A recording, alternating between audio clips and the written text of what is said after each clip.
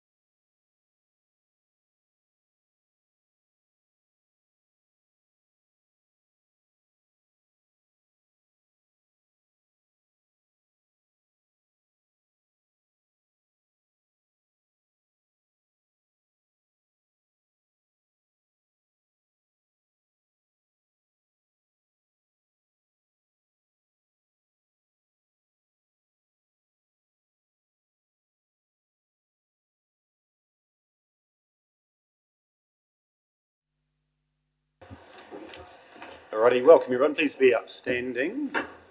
I'd like to welcome Reverend Ben Randall from St Mary's Anglican Church to come up the front and lead us in prayer. Welcome, Ben.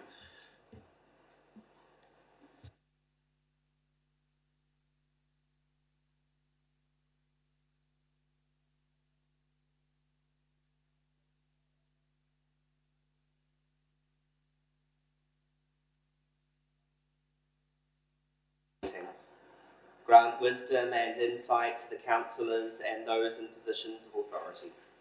Guide them in making good decisions, finding creative solutions, and enabling positive outcomes for the diverse people of our district. We pray particularly for the annual plan and for the discussion and hearings today. Be with those who speak and those who listen. May all speak in integrity and listen in openness. Lastly, bless the people of the Timaru district, and in the work done here today, may we each play our part in making that blessing a present reality in the lives and experiences of those we serve. Whakarongo ki tēnei inoi I runga I tō aroha. Amen. Kia ora, thanks Ben, appreciate that. And please start standing for Councillor Parker will lead us in the way out. E re re ra e aku ai Māori e maringi atura ki a koutou e re ra e aku ai Māori e maringi atura ki a koutou e rangi tata ki runga puri mora ki raro te tai o arati ki moro e re ra e aku ai ni e. Kia ora, thanks team, please be seated. Let's go to apologies. So I've got apology from Councillor Pye today due to attending a funeral. No other apologies. I'll move the apology. Councillor Jackson, happy to second that. All those in favour, please say aye. Against carried. So annual plan hearing. So first up, we've got David Fraser. Welcome, David. Come on up to the front and where that's all right. David, you can take the submission as read and got 10 minutes and just please allow some time for questions, but I'll pass over to you and just at your leisure. On my way in from Tameka this morning, I saw 3 council employees standing beside a hole in the road, and like my submission, they were all looking into it.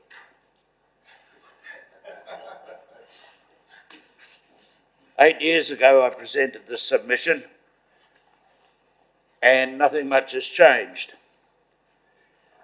But I will just say that when I was 8 years old, my auntie lived at 6A D Street, exactly where Moyles Pharmacy is. My auntie used to take me to the shop on the North Mole, and then we went back along the bay past the lifeboat Alexandra, which I clearly remember. And I was only 8 and I was recovering from mumps. That's just a little bit of history. As you read this document, it may seem familiar to the one that I presented in May 2015, 8 years ago. The information in the document remains the same. No doubt the council can give reasons why nothing has happened in the quest of having the Alexandra back in public view. Remember, the council approved the removal and the relocation of the Alexandra. So let's be positive and show genuine commitment to its reinstatement. In presenting this submission on behalf of a group of people which include Tony Heath and Garfield Hayes, Hayes Street down on the port, was one of his ancestors. It must be noted that in drawing up the submission, information has been obtained from the Littleton Times, the Timaru Herald, and an article printed by Jill Worrell in the Latitude magazine, 2015. Alexandra was Canterbury's first purpose-built lifeboat. She was shipped on board the immigrant ship Huntress, which sailed to New Zealand with approximately 300 immigrants. I believe the Huntress was also wrecked off this coast as well. The Alexandra is 35 feet long, 6 feet wide, and built for the special purpose, namely to land passengers at Timaru from ships and steamers when the surf would be too heavy for ordinary boats to venture. At the present point in time, Lifeboat Alexandra is stored in the I'm not going to call it the lifeboat shed, even though I've written that. It's stored in a concrete and brick shed at the Gardens. A wee bit like a child sent to the naughty corner, but forgotten about 27 years ago. Not really a nice example to tell other people about. On the 14th of May, now known as Black Sunday, the lifeboat Alexandra was used in the rescue of 43 people when the ships of City of Perth and Benvenue were both wrecked. During the rescue attempts, the Alexandra capsized 4 times, with a loss of 10 lives, including 7 members of the rescue boat, plus a harbour master and a harbour engineer. The spirit of courage and selflessness which the Alexandra's crew showed in the storm that goes on to this day as rescue boats crewed by volunteers from the far south and to the far north of New Zealand risked their lives. There are still families in Timaru who have connections with this tragedy of the Benvenue. In 1996, the Alexandra was removed from its position on Caroline Bay. She was moved to the Landing Services building. You all know where the Landing Services building is. Yes. I wonder why it was called the Landing Services building. She had been fully restored. For many years, she was always at the top end of the bay. She was placed there in actual fact in 1932, the 50th anniversary of Black Sunday. It is approximately 11 years since the vehicle was removed from the Landing Services building and is in the shed down at the Botanical Gardens. She is an invaluable historical item. There have been numerous estimations on her valuation, up as high as 2 million, down as low as 1 million.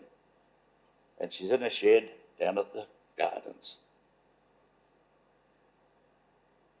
I hope when I'm buried that at least you scatter my ashes, but don't keep me in a shed. Along with the Alexandra, there are many other items of maritime history that should be brought together in one specific locality. In Perth, with the loss of the Benvenue in the city of Perth 133 years ago can be recorded and remembered along with 28 other sailing ships that were lost in the Timaru roadstead. Now, there's a term you won't hear very often. It is more of a story more a story of 2 ships than hitting the rocks and a lifeboat.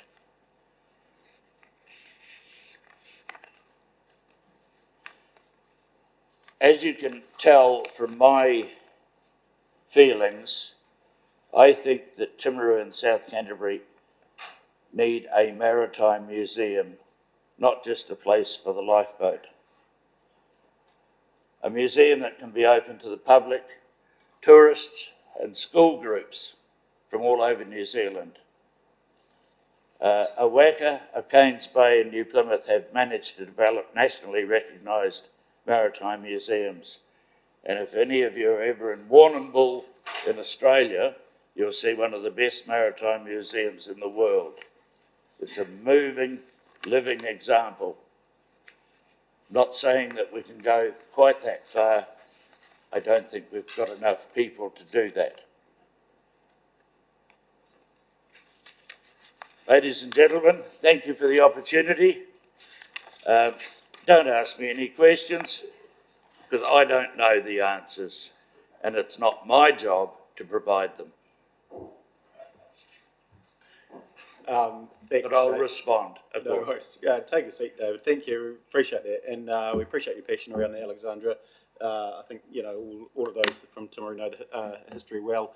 And it has been a frustration that it's, you know, not in a public view. There is a community group that's just picked it up as far as a project, which I'm pretty confident will deliver it back to the bay, which is great. And they're working with parks around that. So there is some movement in that space. But I'll go to Councillor Piddington. So, could you explain a bit more about that, Nige? Yeah, Who is so- the community Yeah, group? it's What either are they Rotary or Lions, but it's a group that has a track record of delivering on projects. Yeah. Okay. Well, that's kind of my answer, David, because I've got your printout from whenever you spoke last time. Your groups, I'll be interested, but haven't managed to do any fundraising or anything like that. No. I'm closer to 80 than bloody 50. So I'm Well, not you've got a bit of involved. time on your hands. I'm in Probus. I'm active in Probus, which used to be Probus, which is not a fundraising organisation. Leave that to the young people. Thank you. No, that's fine. It sounds as though we've got some movement, because I agree with you that something needs to be done, but we're struggling to get our museum up before we even look at a maritime museum. So I'm happy to see the lifeboat come back to life and be in public view, but I doubt we'll get your maritime museum up. Not yet. I would risk and say not ever, sadly, but yeah, it is what it is. When the cafe was suggested down on the bay, I had one council member who said to me, there's a place for the lifeboat.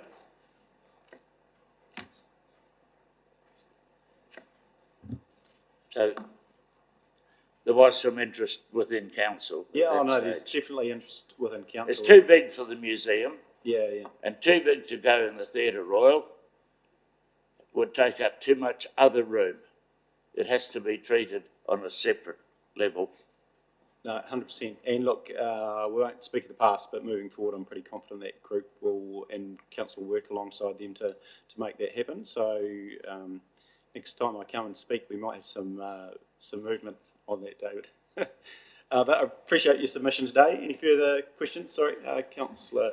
Because each time you talk to us at our men's group, I will keep asking about Lifeboat Alexandra. 100%. I'm comfortable with that.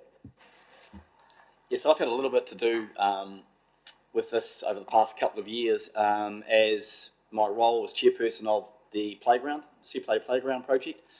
We were approached by Councillor Wills when he was still here about, because I think he was following up the project, wasn't he, at the time? Yes. But then, obviously, his health Yes. got in the way, and so he was unable to sort of continue with that. And we were approached to do some fundraising for it, and it was out of our scope and just a step too far, and costs were sort of increasing as it was, so we didn't take it on board. But I was talking with, it's Timaru Host Lions who run the train down there, and they are the group I think that are taking on board, the future fundraising, because we've got a rich maritime history here, and I'd love to see that lifeboat reinstated somewhere. It'd be great. Just never again in use. Yeah, exactly. Right. Doesn't have a lot of history. Right, thank you. We've got to keep moving on. Really appreciate that, David. All done. Thank you. Your Appreciate worship. you coming and talking to us. Thank you, councillors. So, Melissa, welcome.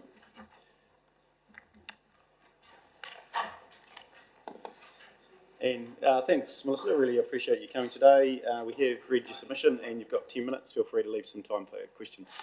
Over to you. Cool. Okay, good morning everyone. I'm Melissa from Millwood Finlay Lob. To give you some context, I worked for Mackenzie District Council for 2 years before I came down to Millwood Finlay Lob, so I do have some context of the nuts and bolts of consent processing and what that entails.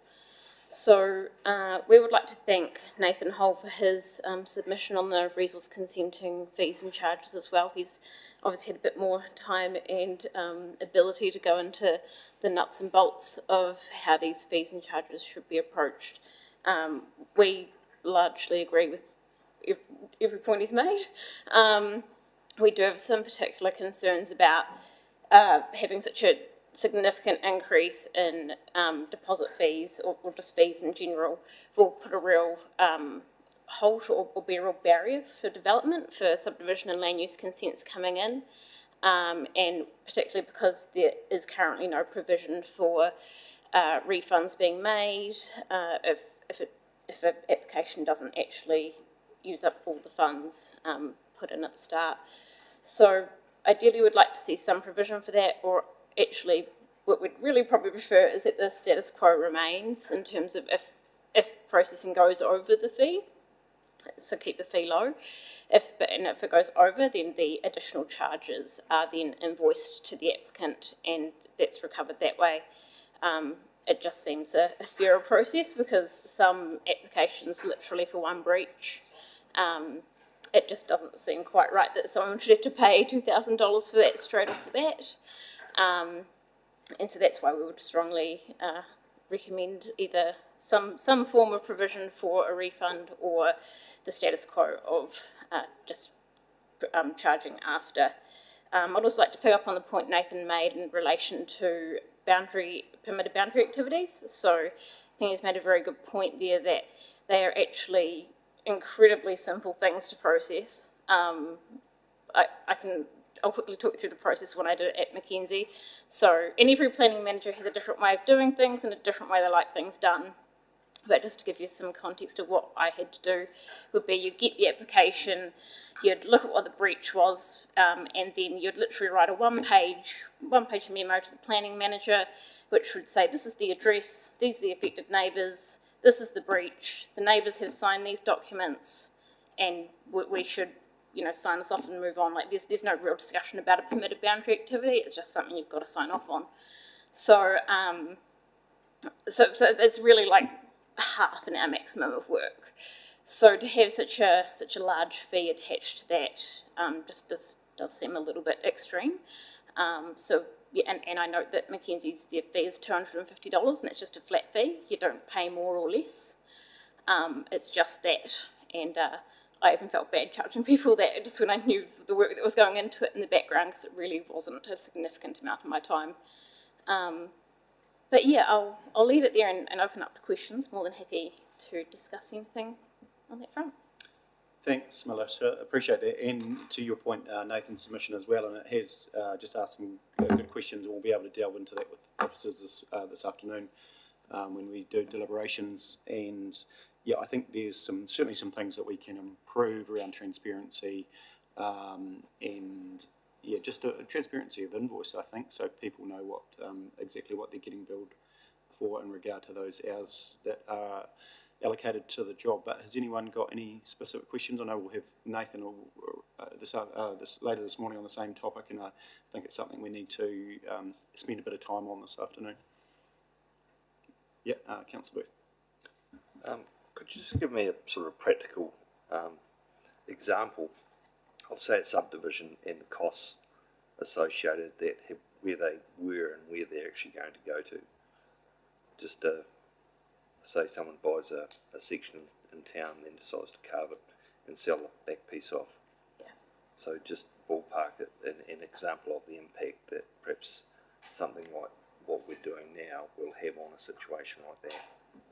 Yeah, so at the moment, for a 2-lot subdivision in the residential zone, Obviously, the district plan may have a bit of an impact 'cause it has more like new overlays coming in. So in that case, then there may be some additional reports required, especially if you need Ariki environmental, like iwi consultation and that sort of thing. But at the moment, you know, provided you meet all your servicing requirements and you meet your minimum lot sizes for front and back, and then you got your transportation stuff, those are really the big key things to hit. And so, like at the moment, that probably is being covered mainly by the fee that is being charged at the minute, and the cost probably really kick off actually if we're having discussions about draft conditions and having a bit of backwards and forwards about that, particularly if it's going to infrastructure and we're talking about like stormwater and all those sort of more technical aspects. And yeah, I guess moving forward, it just seems like if someone's chopping off something at the back, that it's really, I can't see what's changed that dramatically, because Ariki Environmental and all those sort of consultant reports are going to be charged at the cost that they are. So we just can't see what's changed that significantly. Yeah. So would they be, the deposit required, you mentioned, has increased by quite a bit? Yeah. Or something like that? Yeah. So what, 3 times or? Yeah. Yeah, okay. Yeah, and we can, save those questions for this afternoon as well for officers in regard to those justifications. So, any further questions? Councillor Whittington. Could we get a brief explanation now of how that's come about? No, the process would probably, it would be for this afternoon. So it's best to just save your questions and we'll, delve into that this afternoon. Yeah. So just on that, because surely we should have a user pays model. You know, if it's big, you pay whatever the rate is. Yeah, 100% agree, and we shouldn't be keeping any funds that. No, that aren't. Yeah, no, 100%. Yeah, so, but just the process as far as timing, we need to keep to submissions through the hearing process and save those questions for officers for this afternoon. Cool. Anything further for Melissa? Thank you, really appreciate that, and good submission, and really topical, so we appreciate that. Thank you.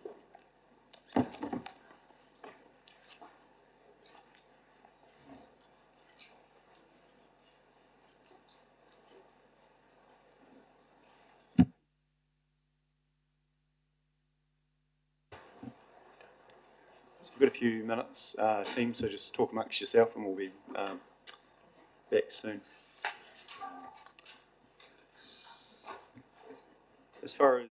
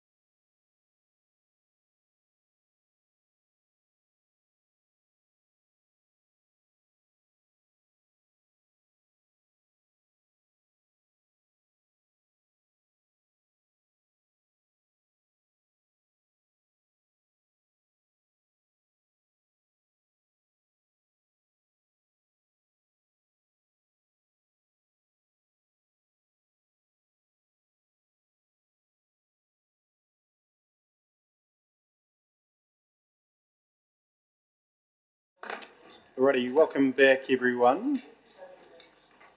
So welcome back if you're online, and so we'll get back into the hearing submission. So I'd like to welcome Jerry Littenberg. Please come up, Jerry. Firstly, thank you for your submission. 10 minutes and save some time for questions, and the floor is yours. Morena koutou. So you can do a number of things and study the year plan and then come back with a very long written submission and making lots of points. And that certain groups can do that, and some people have a lot of strength in that. And then I was thinking, you know, we really need to represent everybody, and also people that are not able to do submissions, and even a short one might be a little bit hard to overcome. So I think I'm going to speak for those people that probably would like to say something, or that having issues with it or no issues, yeah. What do you call it? The silent majority? I don't know whether they're a majority or not. So that's why I've written, and I've looked at it, and I really want to move the Timaru Council area move forward. And I can see that we need to increase the rates. So I actually have written in support of it, because by trying to appease people that may not be able to cope with the increase or don't like it or whatever. Nobody likes to pay more money, but we really need to go forward as a region, and I think that's really necessary that we increase those rates at that rate. It'll, you know, for me, yeah, it's an extra amount of money. So I want to make sure that the council is also thinking about these people that are having trouble with it. And that's why I said I want a little bit more emphasis, and maybe libraries. We've done other actions that the libraries open for certain issues. So I'd like to see the libraries open up and have a few weeks of people that are able to go in and learn about the rates rebate. So the low-income people that might sort of shoot into a stress and think, how am I going to cope with this, that they are able to go to a place where they can get some information, help with filling in forms, and give a lot of publicity to it. And that's also the other reason, is that as a council and all of us as residents of the region, we need to help each other as well. And if we don't want to forget about the really people with low incomes, and the lowest of them are often living in council flats, I would like to see the council not increasing rent. So the little bit of money that they get from the government is going towards their daily cost of living. And so that would be, for me, important. If I'm prepared to pay more rates, that the poorer people in our country, in our region here, are not left behind, and that they get a little bit of support of us as a council, so we show that they, you know, that we care about them. And that's basically what my submission is about. I don't even need 10 minutes. Thanks, Jerry, and we appreciate you coming from a very caring and community view. I totally agree with you. Libraries do a fantastic job now, and any further education on rates rebates is really important, because I'd hate to think that there's people out there that aren't getting it when they do qualify, because it's really important. So we will pick that up as an action, just to revisit what we are doing in that space. So I appreciate that. And also, one of the things we will be looking at more as a long-term plan issue is around what council and council's approach to its housing. And so there again, your point is a valid one. There's some people out there that are doing it really hard, and what more can we do? And so they're certainly, you know, key parts that we advocate for as council to central government, and you know, what's the best outcome, so those people can have a slightly better life in their older years, often their older years, with the council flat. So really appreciate that. Is there anyone with further questions for Jerry? No, but really good submission, and I think, appreciate what you've done. Thank you. I'm looking forward to seeing action. Thank you. My pleasure.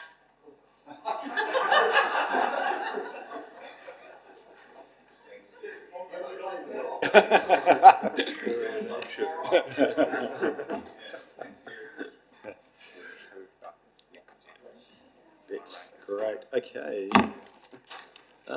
Got Jan here. Jan, do you want to go early? Yeah, comfortable to come up?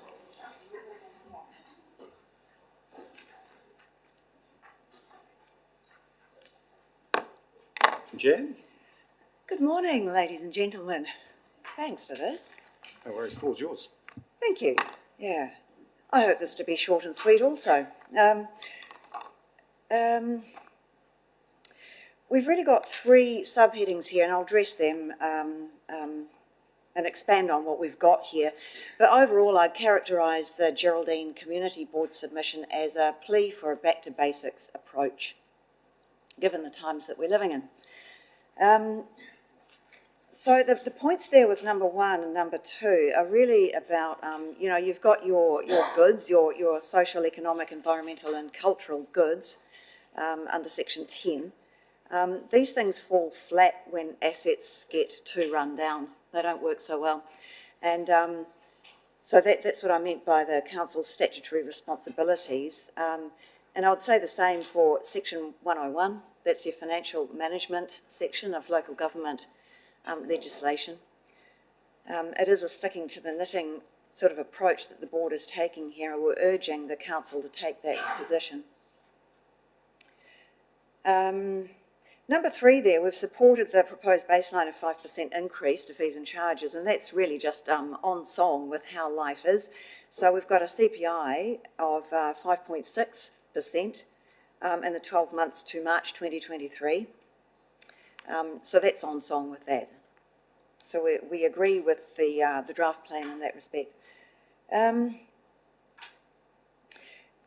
12.5% rates increase that's proposed is, we can understand the rationale for that. We understand that costs are rising, but commensurate with that, you've got huge numbers of stresses on ratepayers. And so that's why we've urged that, that the council just consider pulling it back 1 or 2 points. And to expand on number 5 there, the reconsideration of the proposed $43 million debt increase, the board's reasonably concerned about this. The comment there that's made about 2 overarching reasons for taking a more conservative approach, actual and perceived. As far as the actual goes, side winds can come from anywhere and they can really knock you flat. The perceived bit is just really that the ratepayers need to have confidence that the council means what it says. Words have got to mean something. So we'd urge reconsideration of that proposed debt increase. So that's the district-wide considerations. But moving on to whole district projects, again, it's an urging of reconsideration, and that's of non-core key projects. We think this is pretty important, and it's not to say that projects should be cut off at the kneecaps. There are degrees. And so what we're suggesting is that the council consider what is actually essential in some of these big projects and what is nice to have. And I'd iterate that ratepayers deserve certainty as much as possible with respect to rates and debt requirements, particularly at this point in time. We are living in really uncertain times and, just better to play it safe. Moving on to Geraldine projects. We propose increasing the Geraldine Community Board rate by $1, just so that we can keep supporting appropriately local community initiatives. And we expect that there'll be a few more of those to come because we have our strategic plan completion coming up really soon. And there will be projects there that the Geraldine Community Board can back symbolically with a sum of money. And practically as well. Number 8 there, we through several meetings, we looked at you know, are there any items there on our list that could be pared back? And in the end, none could. None are frivolous. Some of them are already behind schedule, and some of them come from specific budget lines. So, yeah, the board supports all the Geraldine-specific projects that are proposed in the draft plan. And the last point there is about greater investment in shingle roads. And, you know, we understand there's a schedule, and the schedule is good. People can have confidence in it. It gives good faith and ensures basic standards. But, you know, you can get those side winds again. So, for example, you get a new resident on a road and they've got different activities that may put more pressure on those roads. That's just an example. There are plenty of other ways why you might want to go out of schedule.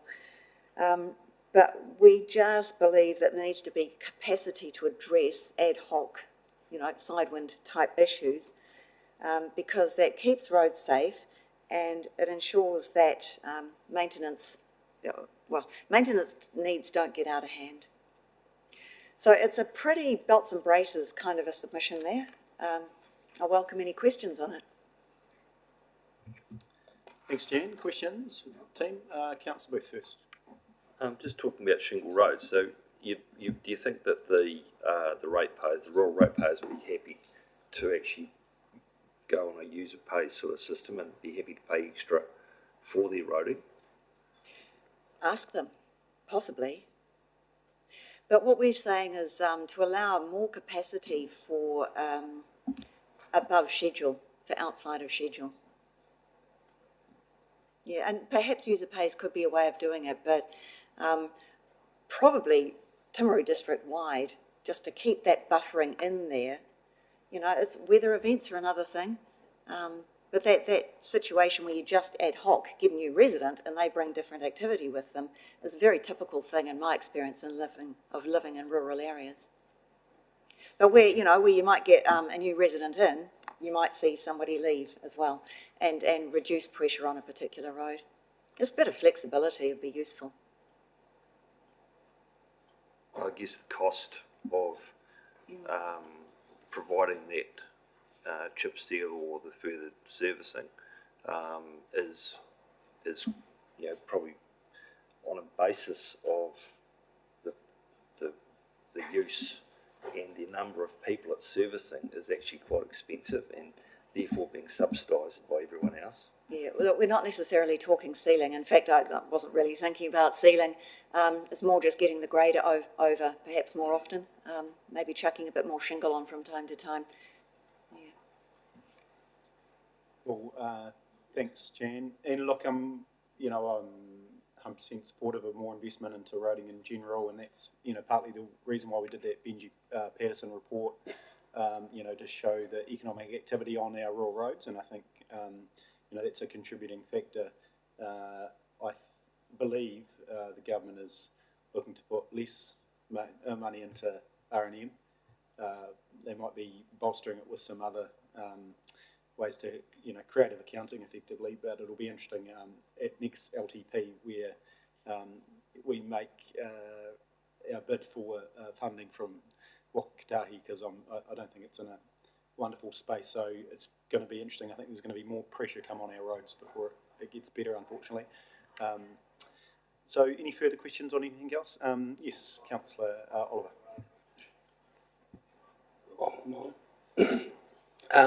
I'd just answer Alan's question there, Councillor Booth's question there. I think the thing for Geraldine is the increased business activity on our shingle roads, around logging and all those sorts of things, increased, business through dairy and stuff like that, which is really putting bigger stress on our roads.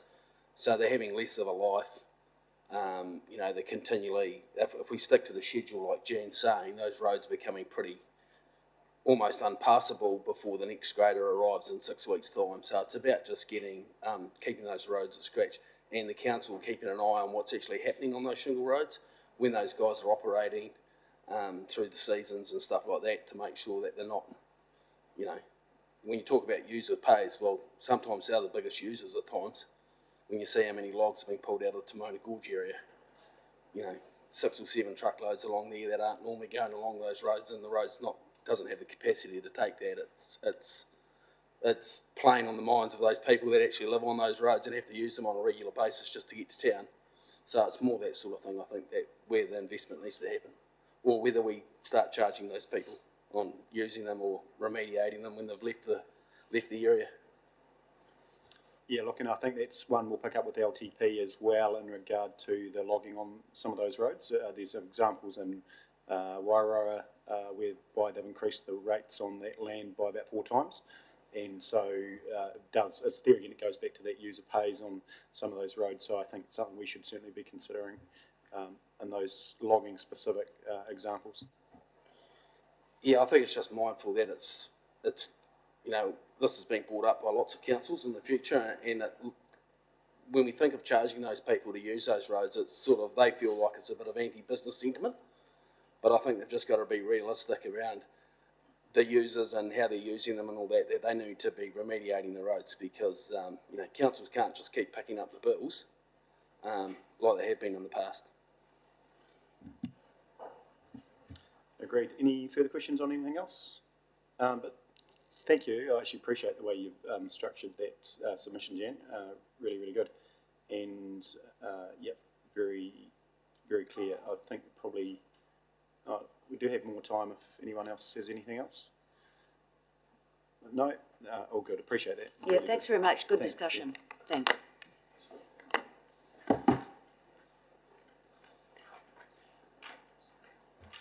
John, are you happy to come early, mate?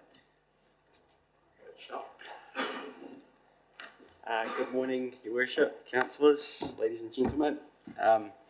You have to forgive me in advance. This is my first time public speaking. So my submission is that council should look at bringing back the way they should look at bringing in-house work crews for all the maintenance work, whether that's 3 waters, repairing water mains, sewers, or even electricians to maintain council assets. I'd just like to go over a few of the key points, and yes, thank you for taking the time to read my submission, even if you think it's a terrible idea and thinking what the hell. It's not a terrible idea, Jono, so keep going. Thank you. So I've done a bit of informal networking just by calling around a few different councils around the country. I found it very difficult to find any case studies comparing, say, an in-house council worker compared to a contractor for New Zealand. Most of the case studies I found are just from the UK, where it's a bit more of a hot issue at the moment, bringing back things from privatisation. But from talking with different councils, one of the main themes was improved quality control. They've just got that extra, I guess, finger on the pulse. Say if there's a burst water main downtown, there's one less layer of management going through to a contracting firm. They can just directly get in touch with their crew, and they know that the quality and the work standard will be there, and it'll be there in a timely manner.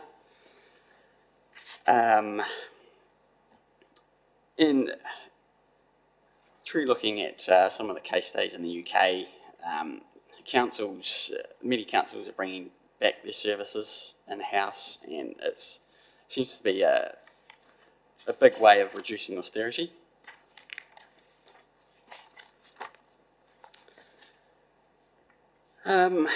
And one of the main themes that inspired me to actually make this submission, for me personally, I know you look at it through costs and quality for the ratepayers, but one of the main themes I looked at was better working conditions for the staff.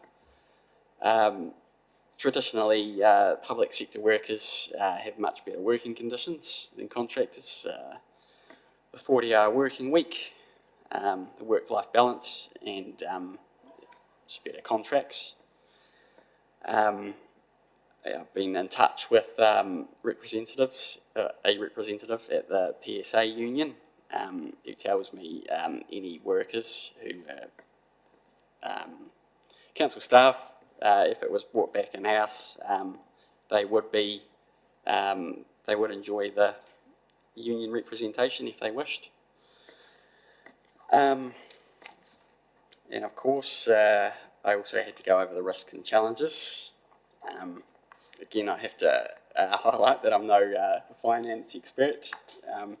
Everything that's here is just from a layman's point of view.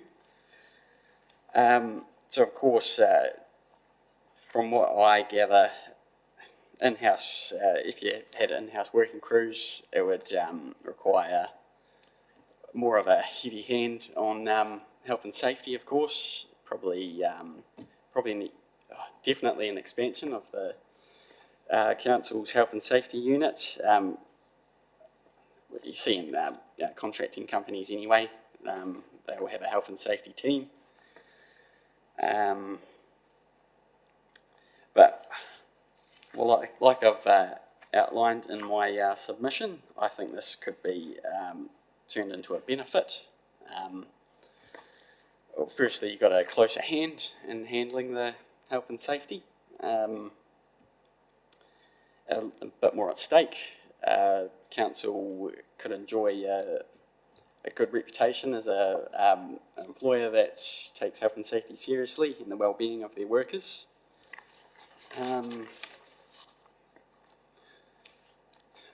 Sorry, just gathering my thoughts.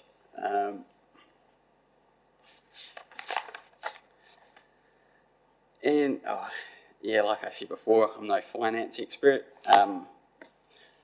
I was speaking with Palmerston North City Council. A representative there, he was telling me, he told me point blank that yes, I don't actually know if we did use a contractor for this job, whether it would be cheaper or not. But we do know that it will be done to a quality standard. So risks and challenges would be to assess the greatest cost effectiveness, but I guess you'd have to weigh that with the quality you get back at the end of the job. So in summary, I think it would be a good idea for council just to reduce austerity, have that guarantee of high standard of work, expand, become a good, already a good employer, just have more job opportunities for the community. That's what I'm trying to say. For an employer that takes health and safety seriously and offers great working conditions. So, thank you. That's all I wanted to highlight, and thank you very much for considering that. Well done. Appreciate it. First public speaking, that's not too bad, John. I think you did pretty well, to be fair. Your worship. Look, thank you. I really appreciate this, and it's not a terrible idea at all. It's something we discussed back in March around what the opportunity is. We, reconsider contracts, etc. One of the things that we should be looking at is, should we be bringing them in-house? To your point around electricians and some of those minor things, it's something we discussed as well. And I think over the next year, some of those decisions will be made. Some of them are longer-term contracts. As far as when you would reconsider whether it's in-house versus contracted out, but it's something we should be considering. So I think you're bang on, and just because we've done something since 1989 doesn't mean it's the way we should be doing it now. Three Waters is a great example of post-election when we know where we're at with that. What are the considerations? Should we be doing it within a CCO or council organisation, in-house, something like that, as an example as well. So I think we'll be able to consider that. So, and I think you're bang on. So really appreciate your submission. So thank you. But questions from the team for John? Yeah, Councillor Jackson. John, well done, mate. Oh, thank you. It takes a lot of guts to get up here and make a public submission. So good on you, and you've obviously done a fair amount of research there too. So what's your background? Can you give us an idea of what your background is? So Jono is a council employee, Yes. for those that don't know, so yeah. I would like to emphasise that I'm approaching this from a resident's point of view rather than a council officer. But my background is office administration.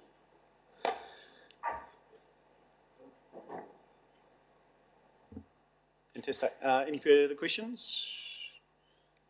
No, appreciate that, Jono. That was easy. We'll see you annually. You're welcome anytime. Really appreciate that. And thank you from a staff member having the confidence to join us in the room. Really, I think it means a lot for us, so thank you. Yeah. Much appreciated. Cheers, Jono. Thanks, team.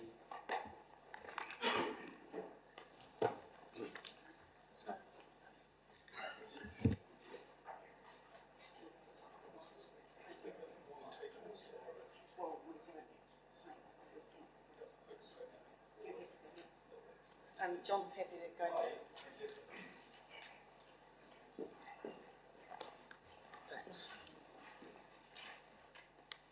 Welcome, John.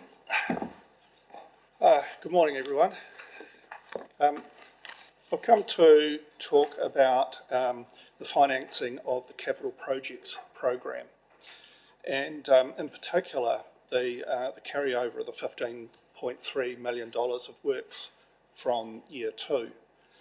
And in reading the consultation document, it didn't really clarify whether that money had been subject to ratepayer funding in year 2, which I assume the debt component of it would have been. And it didn't clarify whether we're again in year 3 being asked to pay twice for that. And for that reason, I thought I'd come along and ask that question, that are we being double billed here? And I'm sure that the elected members will delve into that and satisfy yourself. The total of that 15.3 million in debt equates to something like $695 per rateable property on average. But the total capital works program of something like $81 million is a far bigger cost per rateable property. And of course, the debt doesn't go away, as the Americans with their debt ceiling crisis have found out.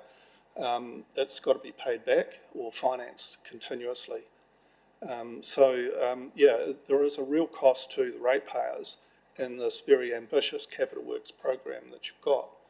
And, if we get to, as it alludes here, we're getting to exceed our debt limit. For all of us personally, if our credit card is maxed out, the one thing we do is stop spending. And so I just ask you to consider the level of debt, the servicing of it through rates, and eventually the ratepayers, long after me probably, are still going to be trying to pay it back. That's the question I've got. Are we being paid, billed twice, year 2 and year 3, for those capital works of $15.3 million? Where's that money gone? Has it gone into a council reserve fund and we're being billed again? Could it be taken back out of the council's back pocket and put into year 3? The other thing I submitted on were the fees and charges with the RMA fees. And I just noticed that they do seem to be quite a large jump or increase. For instance, the limited notified deposit or limited notified resource consent application, deposit going to $5,000. Typically, you get a limited notified application where someone is doing a minor building project. There's an impingement on a bulk and location requirement in the district plan. They need to get their neighbour's written approval, and they don't talk to their neighbour, or the neighbour doesn't talk to them, so it has to go limited notified. So it might be quite a minor building project, and all of a sudden they've got to stump up with $5,000. And so the higher fees there in that fees and charges schedule are really a barrier to ratepayers progressing development in the district. You know, the $5,000 for limited notified equates to something like 37 hours for a planner's time in processing an application. A very minor application that they've probably got several templated on their computer already, and it would probably take them 4 or 5 hours. A cornerstone of the Act when it comes to charging is actual and reasonable, that we should only be charging what is actual and what is reasonable. And to take $5,000 off someone for the fact that their garage is a little close on one corner to a boundary, and then, and I note what Nathan Holder said, you don't actually have the ability to refund deposits. But yeah, to take the money off them in the first place is quite a hurdle for people to get over. And finally, I'd just like to finish with a few, get off the brickbats and get onto the bouquets. Caroline Bay dog access is brilliant. Thank you very much. I go down there regularly with my dogs. And I'd commend it to you to go down and just have a look at how many people and how many dogs are down there on a sunny Saturday or Sunday morning. It's a real benefit for Timaru. Passive recreation, the coastal walkway, our walkways, reserves and parks are wonderful. It's one of the reasons why I moved back to live permanently in Timaru because of that. And I meet people on the walkways who are from out of town and are really impressed with what we've got here. So keep it up. And finally, the rocking horse at the Caroline Bay Playground. 3 generations of my family have enjoyed that rocking horse. I hope when the ribbon's cut on sea play and the savouries are being eaten, that the rocking horse is back in its usual place on the playground. So that's it from me. Thank you. Thanks, John. Appreciate that, and appreciate the bouquets as well. Did you want to answer that, Councillor Jackson, as far as the rocking horse? Yeah, so during the engagement process, a lot of the feedback that we had was around the rocking horse and the fact that people like you had many memories of that rocking horse, and me for that matter. And so it's always been a major consideration for us to return that horse back to the playground once it's completed. So that is happening. I had some amazing offers from local engineers to help spruce it up and make sure that it's all safety approved. So it needs to go through a couple of wee sort of jigs, but no, it'll be back in the playground. Okay, cool. Thank you. One moment. Any further questions? Sorry. Just wanted to mention the RMA fees. Thanks again for bringing some emphasis to that. So we will discuss that in deliberations this afternoon. So it's, I think the team are hearing that loud and clear, which is really good. And I'll just ask Chief Executive just to make comment on in regard to the 15.3 mil. Your first point, I think that we'll just clear that one up if we can.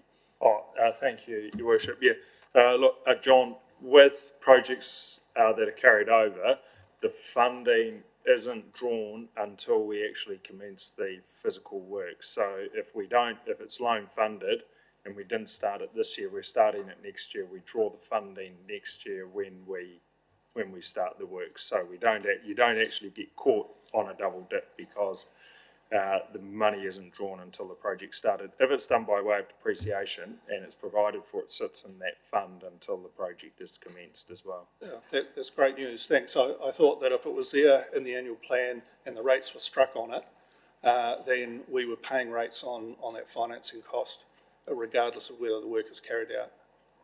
Yeah, so the part that is in the annual plan, but again doesn't get triggered or activated, is the interest in the financing cost, but that's modelled on the basis that if you draw it, then of course you'll start paying the interest, so that doesn't flow either.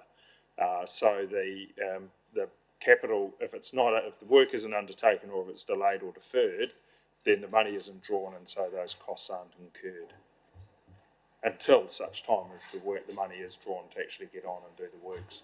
Thank you. Sorry, Councillor Puddington. So just trying to follow John's point, though, we must be rating for the interest on it when we do our budget, surely. Through you, Your Worship, we model to rate, but if we don't actually draw it down, there's no interest charged on it, so therefore it doesn't get paid. But it's modelled into the financial models. But it's only paid, of course, if we draw the loan and the interest is incurred. Sorry, I'm still with John though in terms. Sorry, yeah. The other one. So I'm still with John though, part of our rates must cover that cost because we said we were going to do it. Yeah, so the way we do it is that the interest is commenced in the year after. So if we draw the money in the say we're in the 22-23 financial year, if we've drawn it in this year, the interest and the financing costs commence in the year beginning 1 July.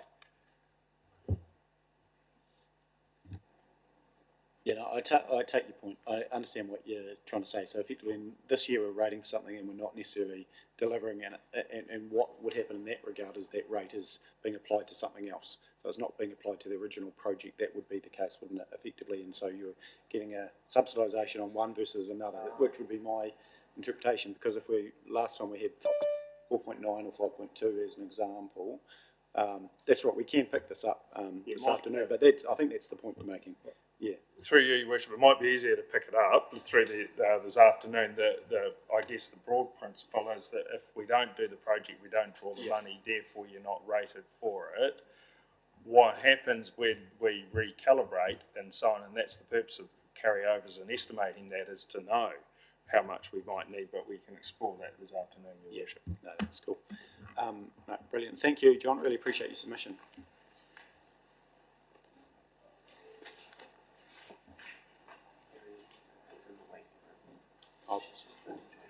Brilliant. Okay, so we've got our online submission coming through in a moment, team. Hi, Mary, can you hear me okay?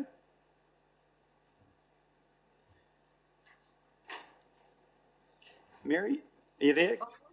Yeah, I'm here, thank you. Oh, brilliant. Me and Nigel here. Great to have you with us. And I'll pass over to you, Mary, and you've got 10 minutes and we've got your submission in front of us. And so this is Mary from CCS Disability Action Team. Thank you, Worship, and thank you, councillors. Sorry, I had a slight IT glitch, as one always does on these occasions.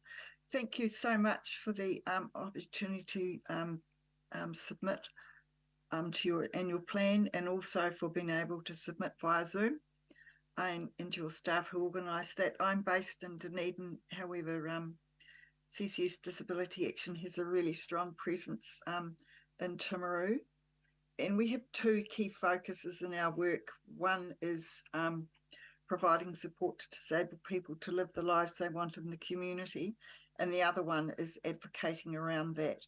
And that fits in with part of my role. I'm the Southern Region Access Coordinator, which means that I work with councils around improving access, and the National Street Accessibility Audit Coordinator.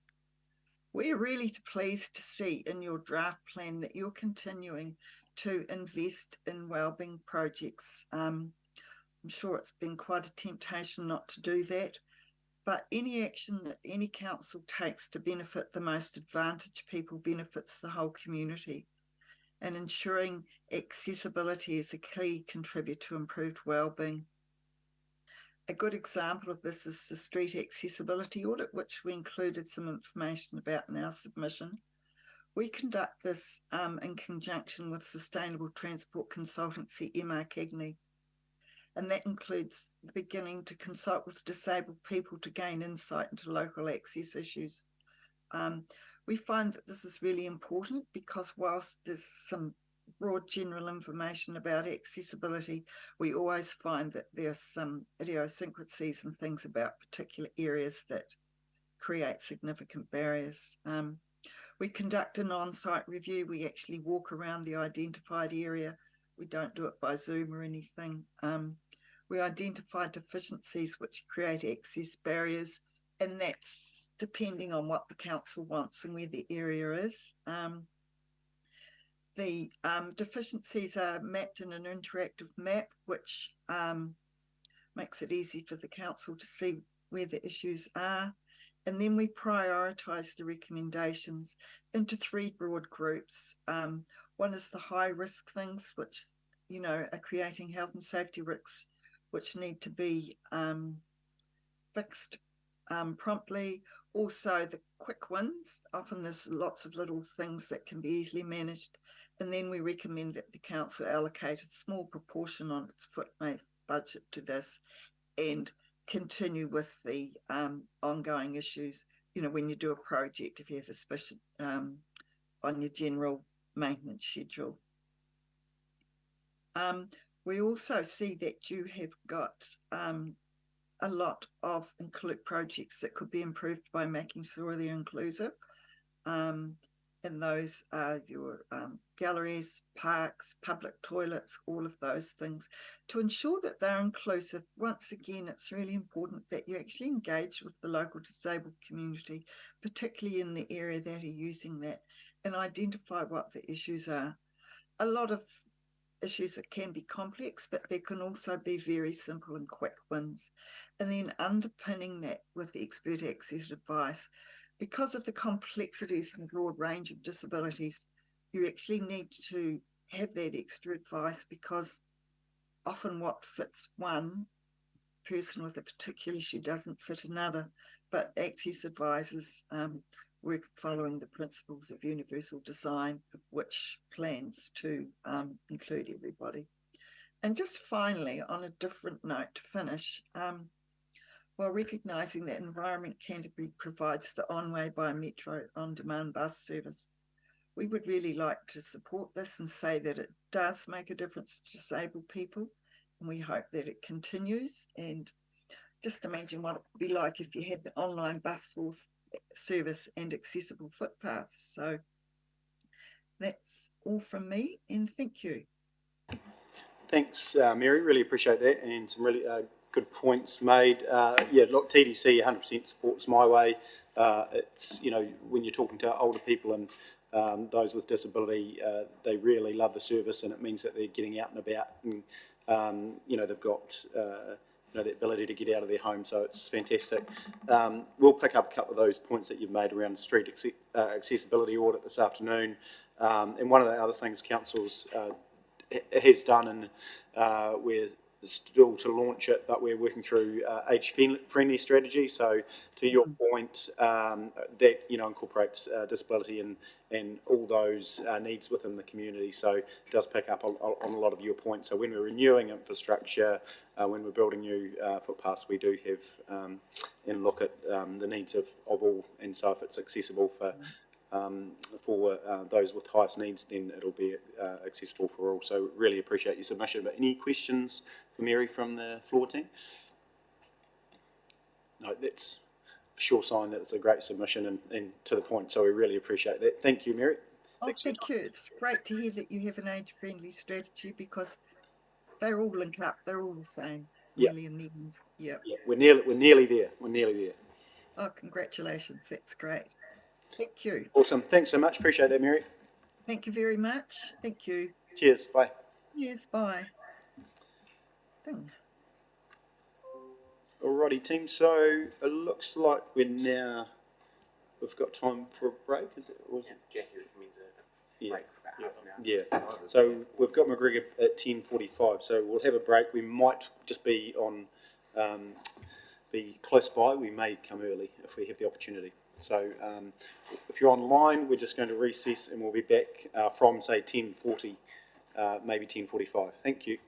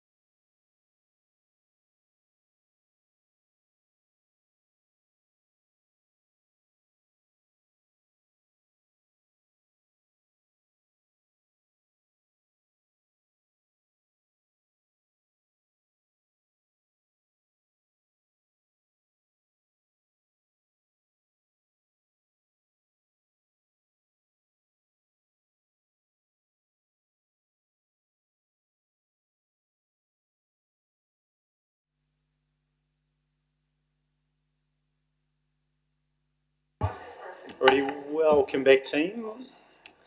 We'll get back into submissions. Welcome back if you're online. So we've got 3 more submissions to hear this morning. And then, councillors, what we'll do is we'll just tidy up that PX item this morning as well, before we have lunch and then deliberations this afternoon. So welcome now McGregor Simpson to present.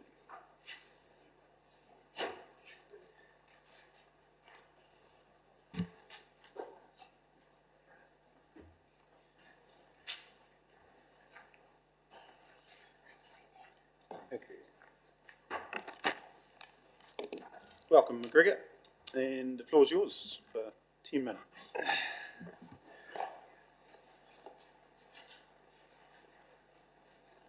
Morning, Your Worship, and members of the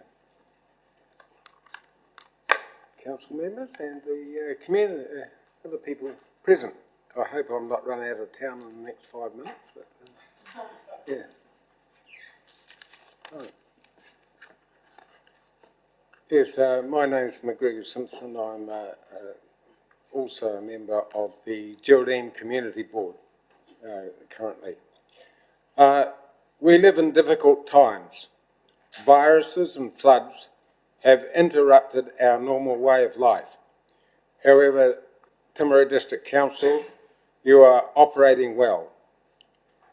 Some ratepayers in the community are struggling with financial matters, however, and you come across that quite a bit. Now, I will go through my submission. In question 1, I do not agree with the above 3 proposals because the second one, I crossed part of it out. I have ticked the centre proposal, but have deleted the reference to make greater use of debt. The Timaru District Council's proposal to increase debt is economic nonsense. Debt that is currently circa 128 million. This amount should be reduced year by year until it is eliminated. Individuals, businesses, companies and organisations that are in debt run the risk of insolvency. In question 2, I had said that the council should reduce capital projects or prioritise them over a longer period of time, and something else. Right, this is what I had to comment on this one. If council give due consideration to prioritising capital projects and all other types of expenditure, they would be able to minimise and hopefully eliminate the need for further borrowing. Do away with bureaucrats, and by saving their ridiculous fees, use the money saved to repay the council's debt. Question 3 was, are there any options you think council should consider at all? Local bodies' responsibility to their ratepayers is to be skillful governors of the assets they are charged to maintain. These assets belong to ratepayers, no one else. Council is not a charity and should not act as one. Further, elected representatives, and I include myself, are the servants of ratepayers, not their bosses. We need to listen to them about their concerns and aspirations.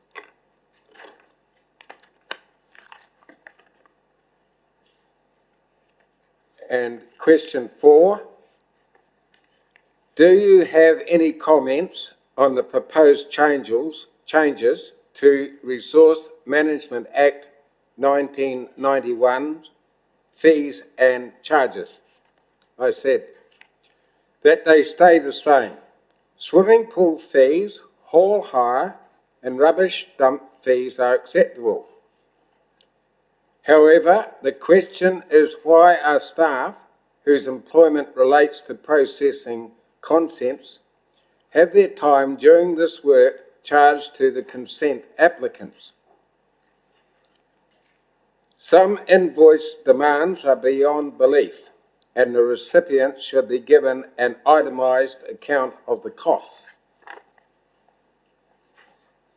And question 4, I have added, as to assets, the eroding, water resources, waste disposal, parks and reserves, and community assets such as swimming pools.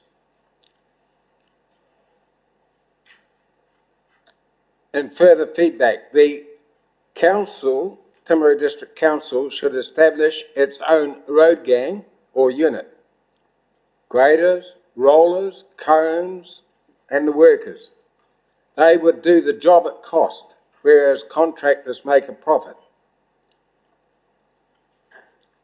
The cheapest quote is not always from a gang that does a satisfactory job.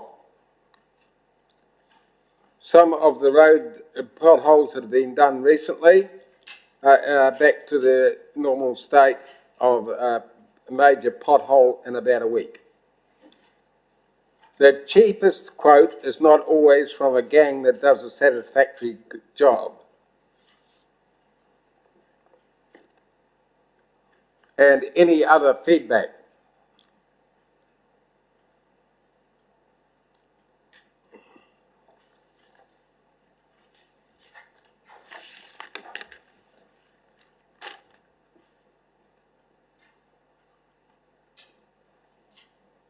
Finally, you might think that I am a dinosaur. During my life, I have sat around your table for a term and a half. My first job after university was working for 4 years for Dougal, Hutchison and Templeton, the Waimarie County Council solicitors, lawyers. At times, I was given council jobs such as new subdivisions, especially in Ilam and Burnside. And I had to listen to ratepayers' concerns, so you've got my sympathy on that one. Also,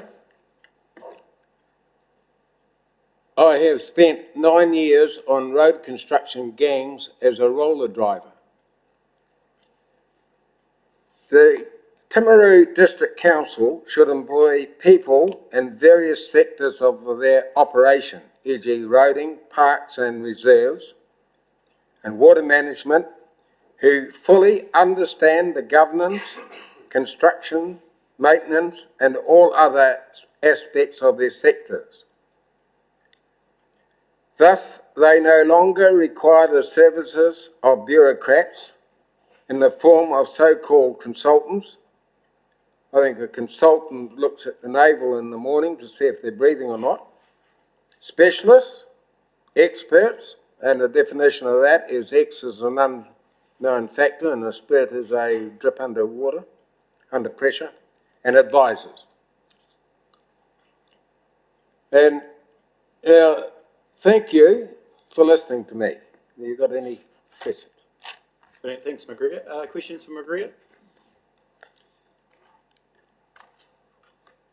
No, all good. I think we're good, McGregor. Oh, that's good. Rates are going to drop 5.5% in the next month or so, are they? Okay. Yeah, hold on, we're going to stay there. We've got a question from Councillor Booth. Yeah. Right, thank you. So you mentioned debt of 120 million, but in actual fact, we're going to be up to 230 million come next year. How do you feel about that? You know, like in business and farm, it doesn't matter what you do. You've got to have, in a balance sheet, you've got to have black ink, not red ink. And I'd like to sit down because things such as the Timona water scheme, just for instance, it's sort of owned by the locals. They pay rates for it and that sort of thing. And then there's other people from well outside of the Timaru District Council are trying to put their paws on everything. And one of the biggest things, and I'll just say this about our area, is that we're very, very concerned about river erosion. The Waihi River is eroding its banks in the Geraldine town quite considerably. They're trying to stop it. But the biggest problem is at Arundel, where I've got land. Little freshers in the river are eroding the river banks, and 3 of the Rangitata South irrigation ponds, the river is right up against them. In a massive flood, it'll release 2 million cubics down the river, and that would cause tremendous problems to various other communities that are downstream. You know who they are: Rangitata, Orari, Orton, Clandyboy.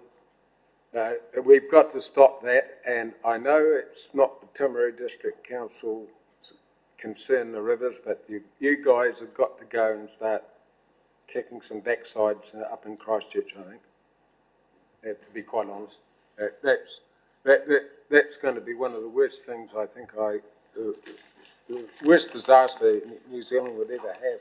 If it happened at night, the problem with the Rangitata is that the heavy rain on the west coast comes through a pass near Bulla, gets into the headwaters.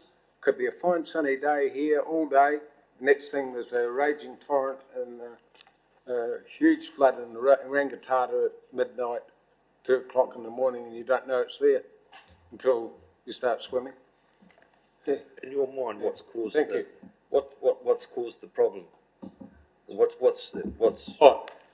problem goes back. I could take the history of it. The problem goes back through erosion 30, 40, 50 years ago, and it came down. Most of the shingle in the Rangitata River comes down the Havelock River from its catchment.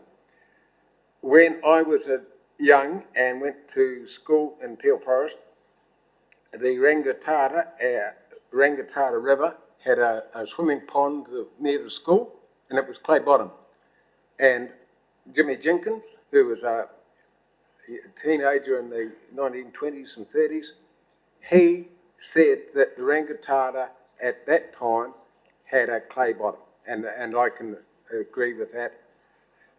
The Rangitata has taken 400 acres of great good farmland from the Arundel Bridge through to the Rangitata, to the Peel Forest camping ground in the last 15, 20, 30 years. And that's very serious. And I know it's not an issue that is an ECAN issue, but we've got to get something done about it. I'll give you just one example.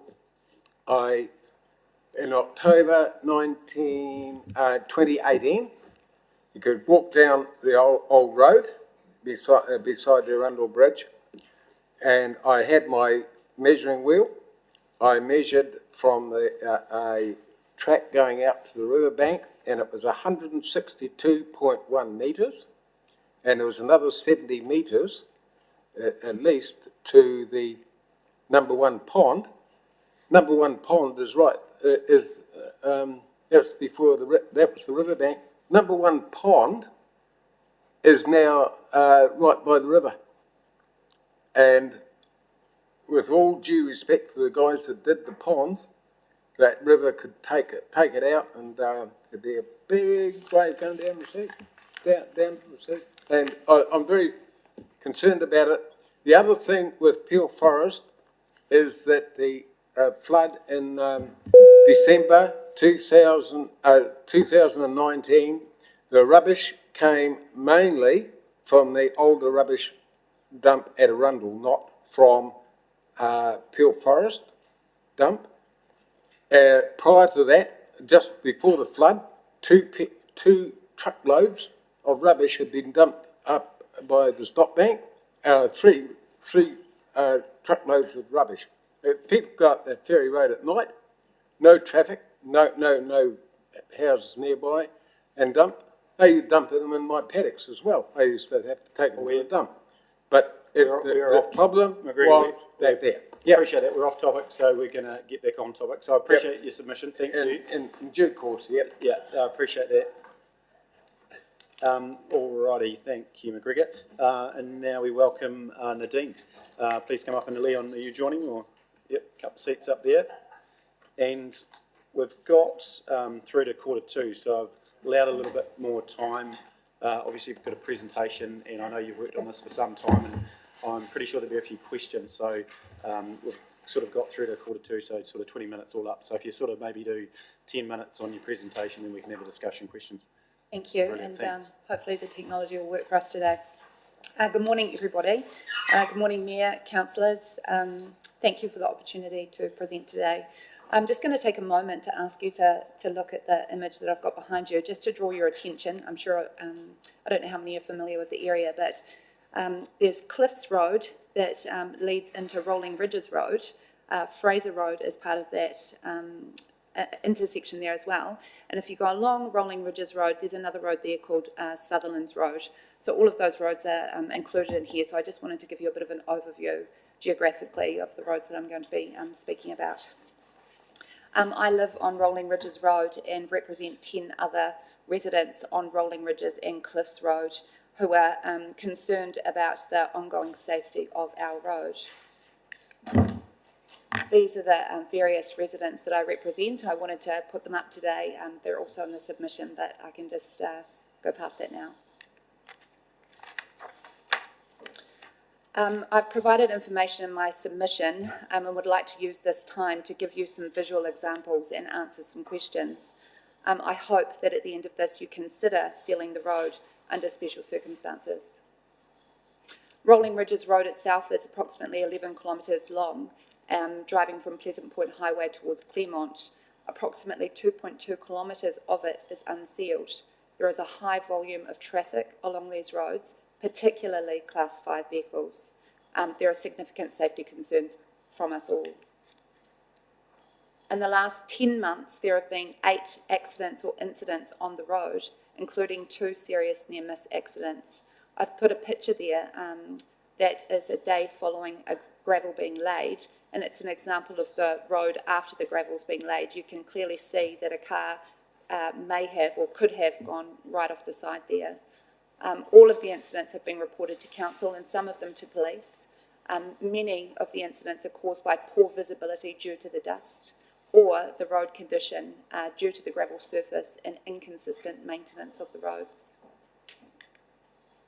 This is a video example. It's taken along Rolling Ridges Road. I myself have taken this footage. I guess some of the key things that I want to draw your attention to is that this is driving towards the bus stop, the school bus stop. There is a horse and a rider that's actually located at the bus stop that you cannot see until you're almost upon it. So I think someone's going to kindly press play for me.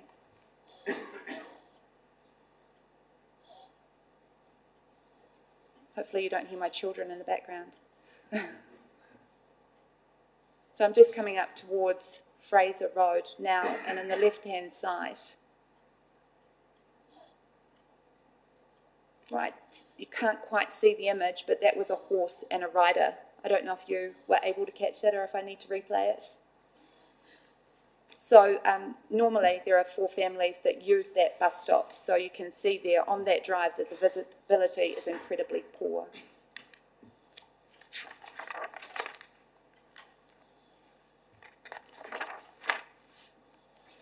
In addition to the visibility being poor, the 4 families who use the bus stop are unable to leave their children at the bus stop for fear that there will be an issue. The kids are unable to walk to and from the bus stop because of the dust and the speed on the road. And there is no signage at the bus stop, and there is no signage leading to the bus stop asking people to slow down. We have previously asked the council to provide signage, and it still hasn't been erected. That would be more than 18 months ago.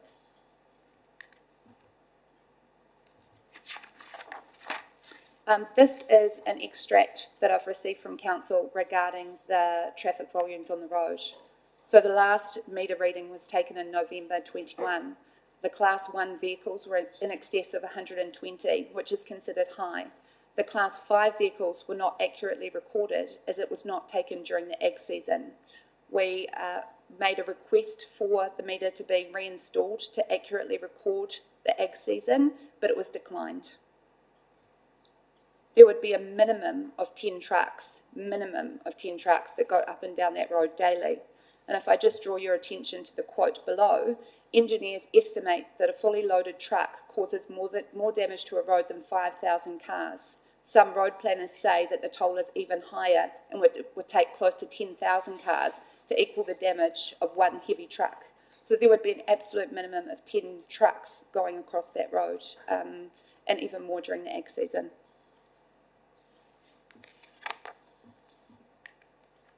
This, again, is another example of the dust that can be generated and the spread of the dust.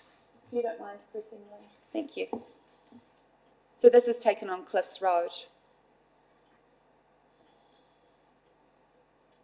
So that's following a truck on Cliffs Road, an example of the spread of the dust.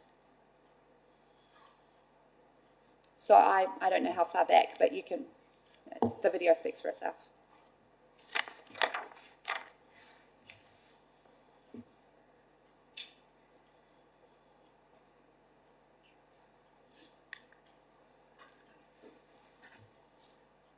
There are significant issues with the dust. There is poor air quality. Residents are unable to open our doors and windows in our homes. We've got dust particles everywhere.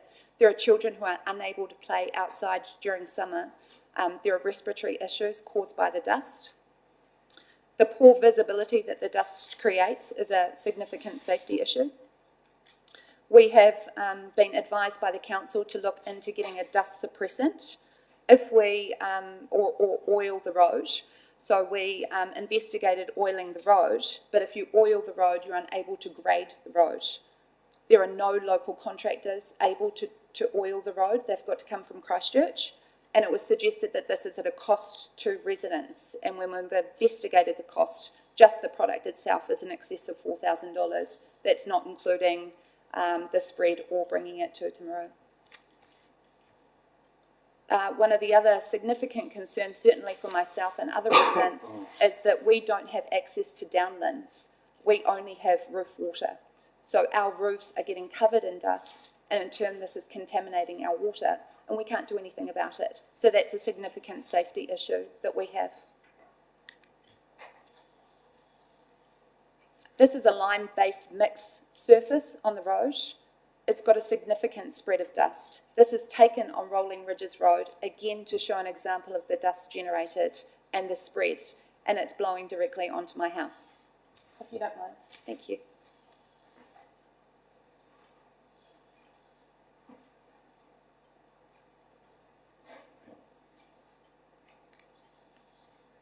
So you can see as we get closer, the spread of the dust would be close to 20 metres. My house is a ways from the road, but there it is there, and the dust just continues to go through, especially if there's multiple trucks going along the road. The road extension policy that the council has, in July 22, we asked to meet with the council to discuss the unsealed road. The council responded via email with a copy of the road seal policy. They advised that they only fund 50% if 50% is met by ratepayers. Or other interested parties. The cost to seal the road, the 2.2 kilometres, is estimated to be around $800,000. The residents would have to contribute $400,000 to have the road sealed. We don't have the funds to support this, but we desperately want to get our road sealed for the reasons outlined. In addition to that, I feel that the road extension policy is flawed. It allows trusts or businesses to contribute the 50%. But it does nothing for the residents who are being affected daily. There is no clear transparency or matrix to show what roads have priority. For example, Spur Road was recently sealed.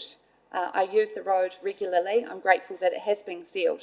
However, there may be one resident who would have been affected on that stretch of road.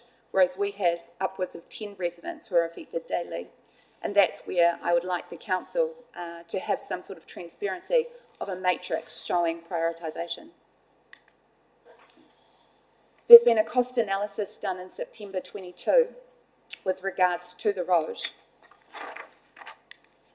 This is a response letter when I asked for the copy of the cost analysis. I don't expect you to read it, obviously, but I would like to draw your attention, and I can provide this information later if you like. There was no feedback, or nobody had spoken to the residents of the road when preparing the cost analysis, and therefore no additional weighting was given due to road safety or any other issues that we had.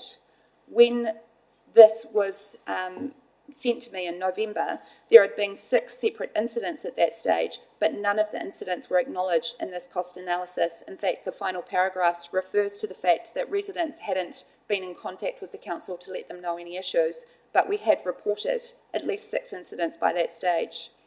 In April 23, last month, I contacted the council to get a list of all the accidents and incidents that had been reported on the road. It took 3 weeks to get a list, and even then it was not an accurate reflection of what we had reported. There is no reference on the cost analysis at all of the road seal extension policy prioritisation guidelines. In the final paragraph, it's even been suggested that the residents themselves do not drive to the conditions of the road, or that the road is not supposed to be driven at 100 kilometres per hour. The residents are aware of the conditions. We drive them daily. We don't drive at 100 kilometres per hour.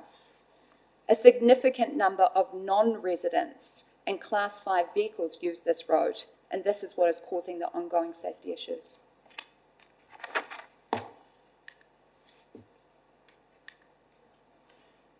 In preparation for this submission, I've looked at other councils and what they might do. So this is an excerpt from the Far North District Council. Far North District Council has got a very significant matrix, which I'll show you on the next slide. But they've prioritised sealing roads and offering dust suppressant to residents.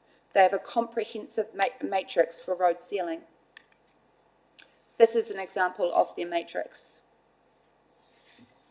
I'd like to see some form of transparency by Timaru District Council for road sealing. We've had a lot of ongoing questions and concerns for years regarding this road. However, we seem to encounter a culture of not providing residents with support. We've done a resident survey and we've supplied it to the council, and it wasn't acknowledged.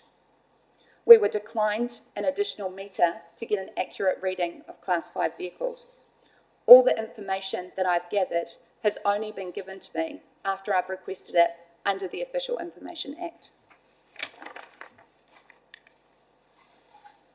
In summary, given the evidence of accidents and incidents, is there any additional funding available from Waka Kotahi? Is there a special circumstance in which we can get our road considered for sealing? Although the road seal policy refers to prioritisation, there is no transparency of this.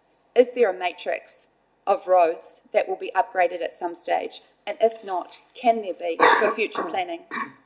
The road generates as much dust as a quarry, which I think I've shown, but quarries have strict mitigation rules.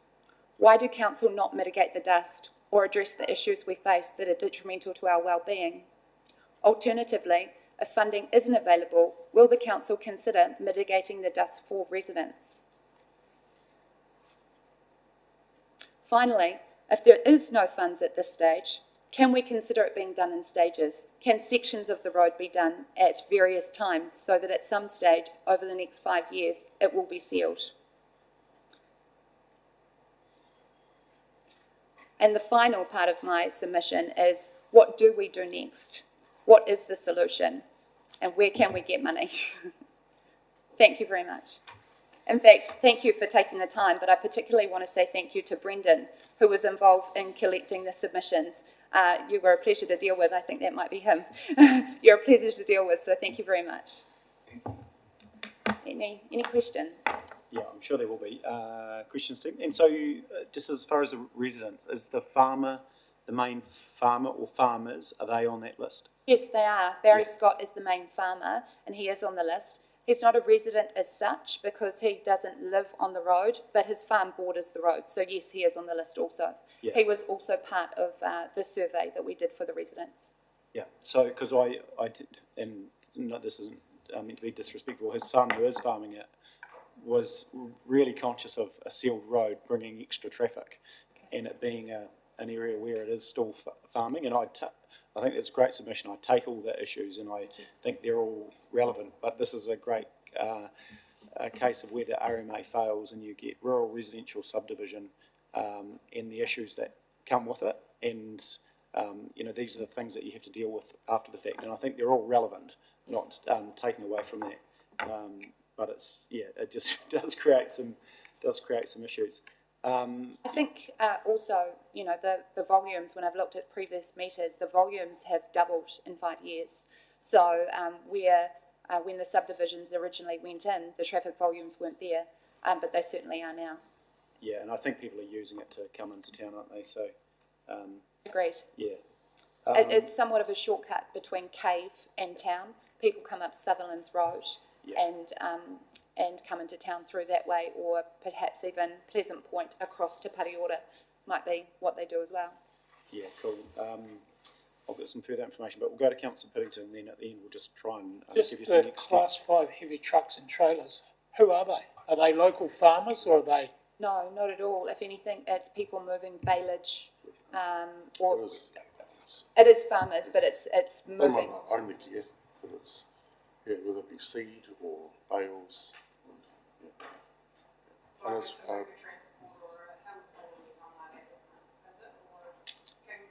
Not so much. all of the above.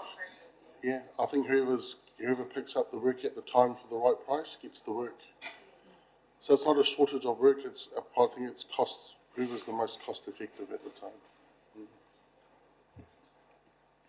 time. Sorry, so I do have, and we'll run out of time, so we'll have to pick this up this afternoon again as well. So, currently, sort of a rough prioritisation, and your point around residential versus commercial on a road is a really interesting one. So, Rangitata Gorge and road traffic has about 309 vehicles per day. Rolling Ridges has 124. Taking your point around ag season, etc. And so, cost-wise, I did have it somewhere. So if we did, on there. So Rangitata Gorge, as an example, is 350k. Rolling Ridges itself is 450. If you did the roads in and around, it's about a value of 2 million. So those surrounding roads that Nadine pointed to. So there's some significant costs. So I just wanted to, just in public, bring those costs out. Did you want to speak to this, Andrew? We've got a few minutes before Nathan's due, but otherwise we can pick up this afternoon as well in more detail.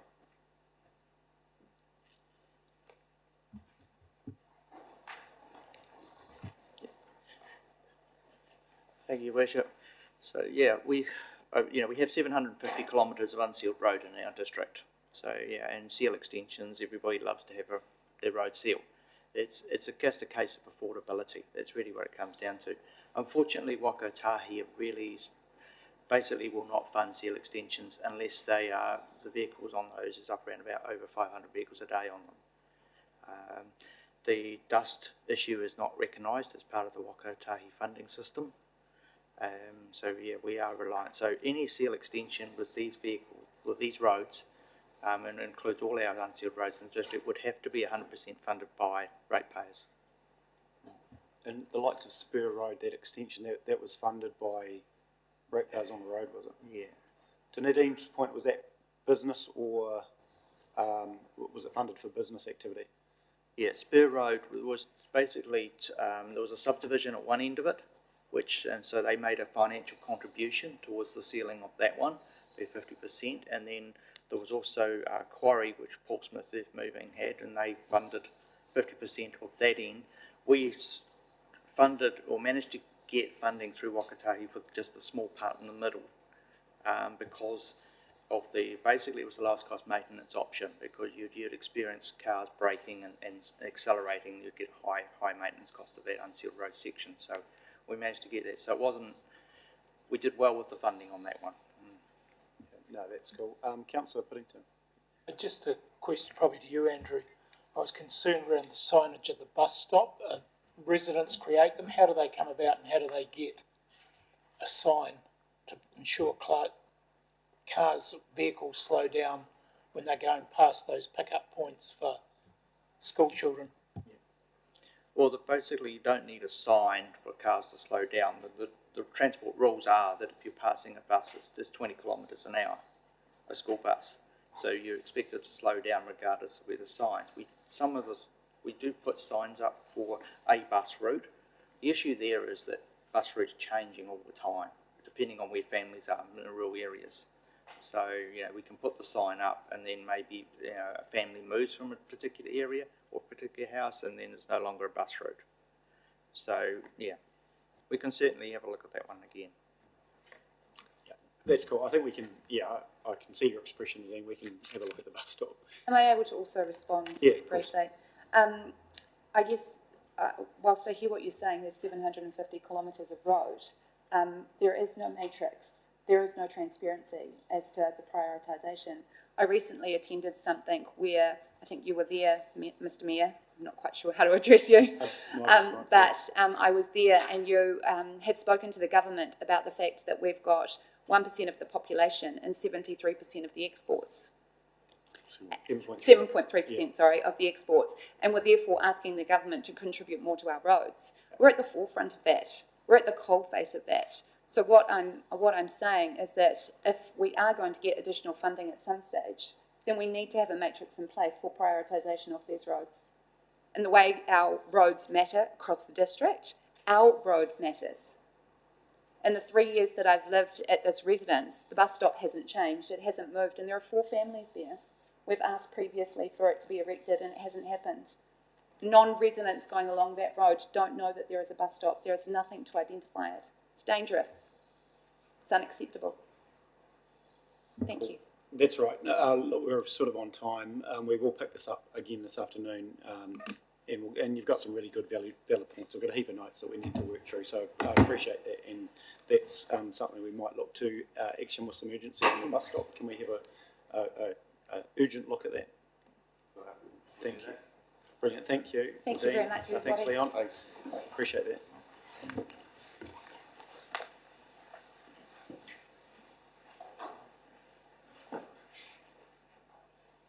And now we've got Nathan from Rooney Group.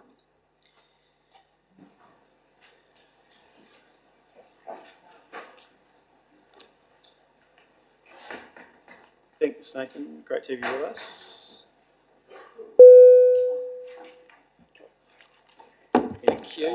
Floor is yours, and we've got no stress as far as time, because we really like your submission. We want to delve into it, so just take what time you need. Okay, I've got a summary of. Yep. Do you want to pass that around, of my submission, which Thank you. can get passed around.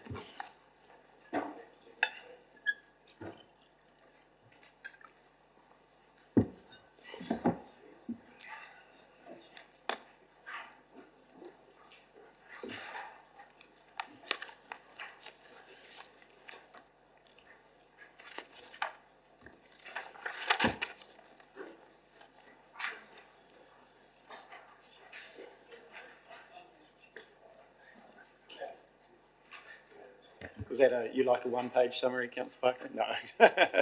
Our floor is yours, Nathan. We're ready to go. Cool.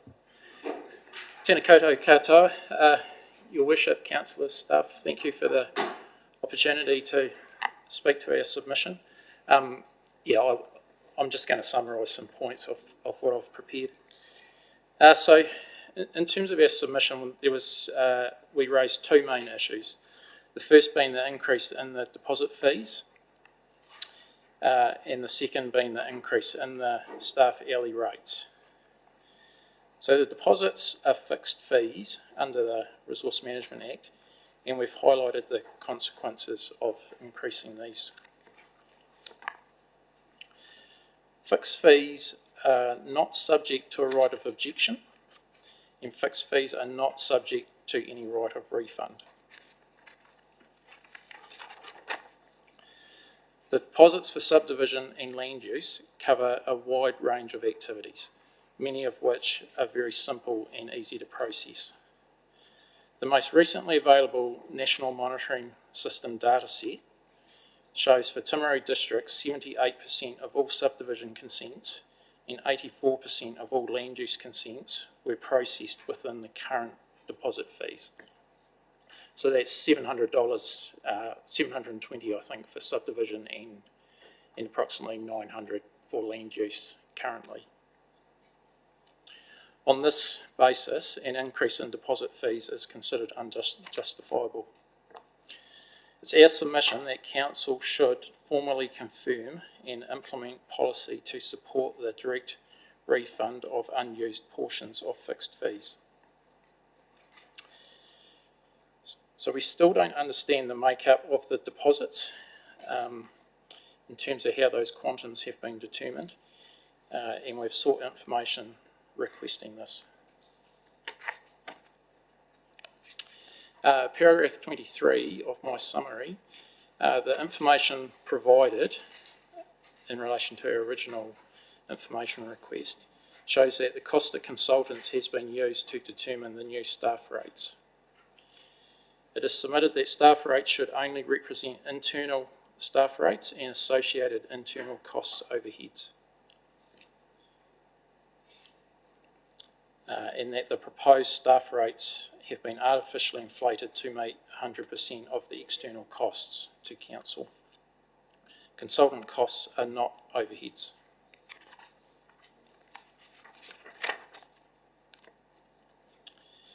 Staff rates should be built from the ground up and in accordance with the legislation. It is not appropriate to fill a funding gap by simply adjusting the hourly rates, as it would appear in this case. And there's plenty of good guidance available from the Quality Planning website on how staff rates should be calculated. So in terms of the decisions we're seeking, there should be a fixed fee refund, a decision to implement a refunds and time recording policy to enable effective administration of refunds and any additional charges, a reduction of the proposed fixed fees, to decline, to amend, or in the alternative reduce the proposed fixed fees to a level that is a reasonable estimate of a proportion of the overall cost, consistent with the usual understanding of a deposit, an acknowledgement that the right of a Section 357 objection does not apply.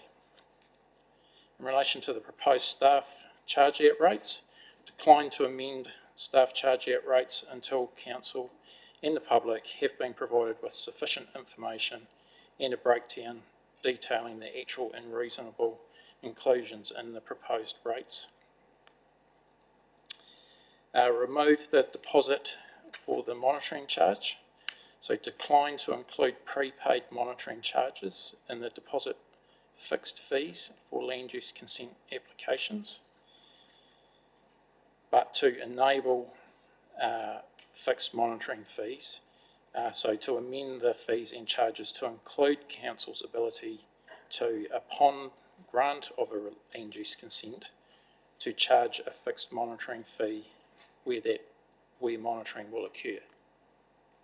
So we're not saying that you shouldn't charge a monitoring fee, it's just at what time that should be levied.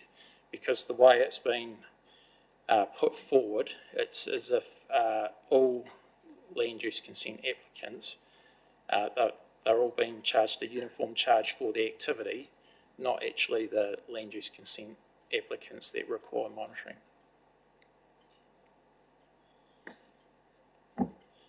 So yeah, open to any questions. Brilliant, thanks. Questions for Nathan? Questions. We have talked about this 3 times this morning, and everyone referred to your a very full submission. So yeah, so great document. Look, I think we can pick up the issues on page 6 of Nathan's last one, and we'll work through those with the team this afternoon, because I think we've got a lot of questions, probably more so for our team members in and around these fees than specifically Nathan himself. So is everyone comfortable with that, unless you've final opportunity to ask Nathan while he's here? Yeah. I just want to thank you very much, Nathan. Your submission has been referred to several times by other parties today. The work that you put into this is significant, and we do really appreciate it. I do, as a councillor, appreciate the work that you've done. It's made me re-look back several papers from when I've started, so thank you very much. And also referencing policies that don't seem to align with our statement of proposal was very good for me to reread all that. So just want to thank you very much. I know how much work goes into these submissions, and you're definitely lots of questions this afternoon for our staff, so hopefully they have a good lunch. But thank you once again, for your time. I very much appreciate it. Thank you. Thanks. And I'll just say that in terms of the resource management fees and charges, because they're required to go through that special consultative procedure, they're not actually required to be tacked onto an annual plan process or an LTP. They can be done at any time. So, and of course what has happened here is the fees and charges were publicly notified, but the time frame, was the minimum specified for that procedure, for that consultation period. So if anyone has any questions and then you seek that information, then actually, you can do this ahead of time to allow that lead in, and then take it onto the plan. Point well made. So team, this afternoon we'll work through the decision sought from Nathan's further submission that he's tabled today. So look, Nathan, appreciate that. That's really good. That's us as far as the submissions finished. What we'll do is take a few moments. I'm now going to move us into public excluded to deal with the public excluded matter, and then we'll come back to deliberations this afternoon. So I'll move, and can I have a seconder for that? Councillor Pillington. Thank you. Put the motion to the floor. All those in favour, please say aye. Against, carried. So we'll just have a few minutes while we break, and appreciate all those that have taken the time to submit this morning. Thank you.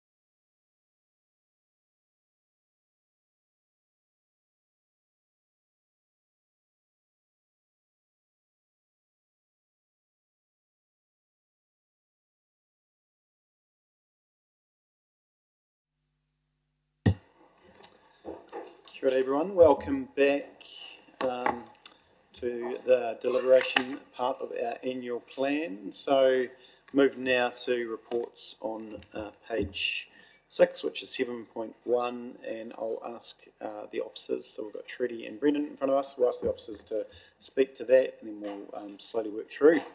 So pass to you, thank you.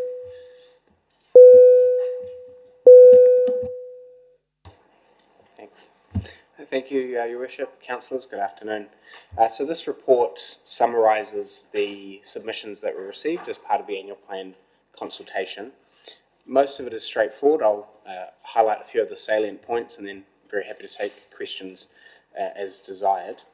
The key points to emphasise, I think, is to note that feedback was invited for just over a 1 month period, and overall we received 78 submissions, 11 of whom wished to speak today and 10 ultimately did so. The submissions were, I think, of a pretty wide-ranging calibre and on a number of topics. Most, obviously, in terms of those financial questions that were at the heart of the consultation around the rates increase. And then, as you've seen through this morning's hearings, a number spoke specifically about the RMA fees increase. Just 1 second, just want to... No, camera hasn't turned. Can we get you guys to jump over to this one? So this one too? Yeah. Oh, sorry.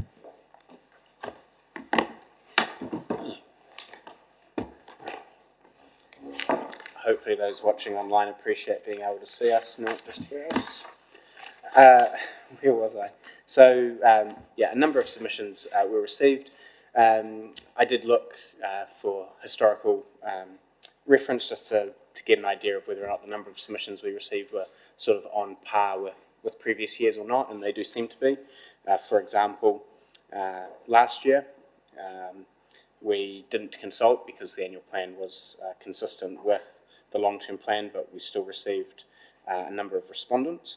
The last time that we did invite submissions, 2020/21, we received, for example, 79 submissions. There is some information in the report breaking down the submissions by main theme and by statistics. Most of that is quite straightforward. I won't go through it in any great detail, other than to note perhaps the most important headline figures. For example, the majority of submitters supported setting a lower rates increase and making greater use of debt to manage the funding shortfall, that being 59% of respondents. And then also a majority of submitters, around 60%, consider that council in future should manage the funding shortfall by reducing, reprioritising or deferring capital projects. There was a strong theme also that came through the annual plan consultation in terms of not reducing what were perceived as core services. And that, I think, lines up with council's decision previously when setting the assumptions for the annual plan to not impact the level of service. Other than that, I'm very happy to take questions and we'll open the floor there, unless Trudy has anything she wants to say. No? Okay. Thank you. Thank you. So just if you want to delve into any questions in relation to the submissions, and then we can work through in the second part of it some of the questions as well that might we might make any changes. So if we just deal with what's in regard to the content of the submission, and then further officer questions we'll wait until later on to the next stage under 7.2. So any questions for Trudy and Brendan at this point?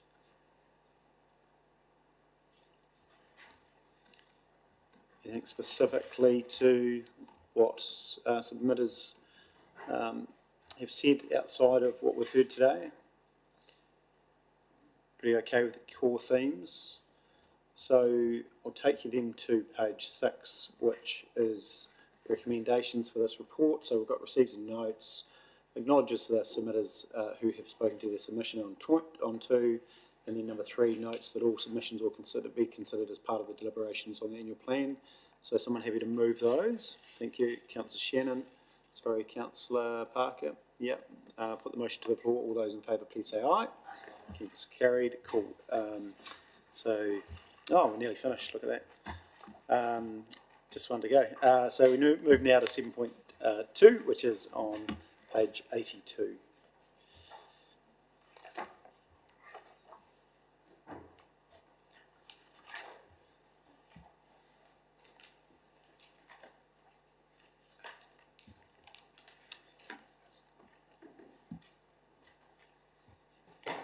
Kia ora koutou, Your Worship, councillors. So today again we sit before you while there's 3 of us here. We represent a body of work from across the council to pull the annual plan together, and it includes a summary of what we have put together based on those themes that you read about in the last report. We will also be, for any questions, able to refer to our colleagues across the organisation to support any questions. So this is an important report today for your deliberation regarding where you want to take the annual plan for the 2023-24 year. It is, of course, based on the 3rd year of the LTP that was consulted on and adopted in 2021. And at that stage, it had a forecast rates increase of 5.4% and a net debt of 180.572 million in year 3. As you will see there, with inflationary pressures and depreciation pressures, we have seen an increase in the rates, and we've consulted on the 12.5%. I will open the floor to questions, and other members of the team may be able to answer those that we can't hear who are sitting at the table.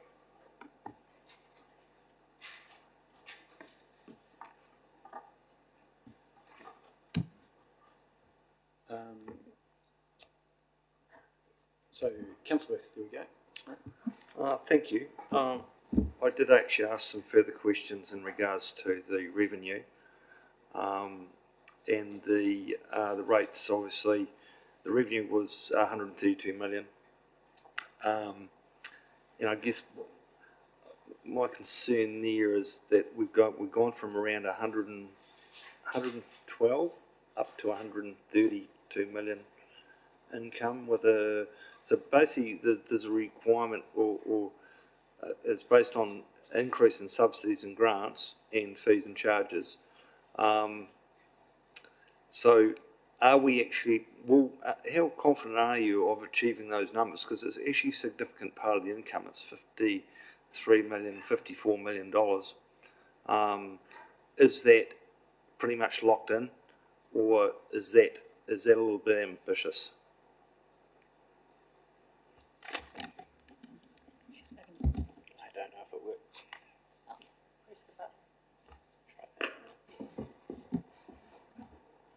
So a lot of, or some of the grants and subsidies that are included in the 27 million are actually, they're based on milestones. So if we hit those milestones, then my understanding is that that funding is guaranteed.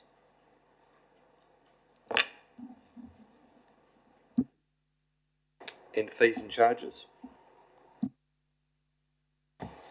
I think we'll defer to the Group Manager of Environmental Services, just to, that has the majority of fees and charges income that comes in, just to answer that question.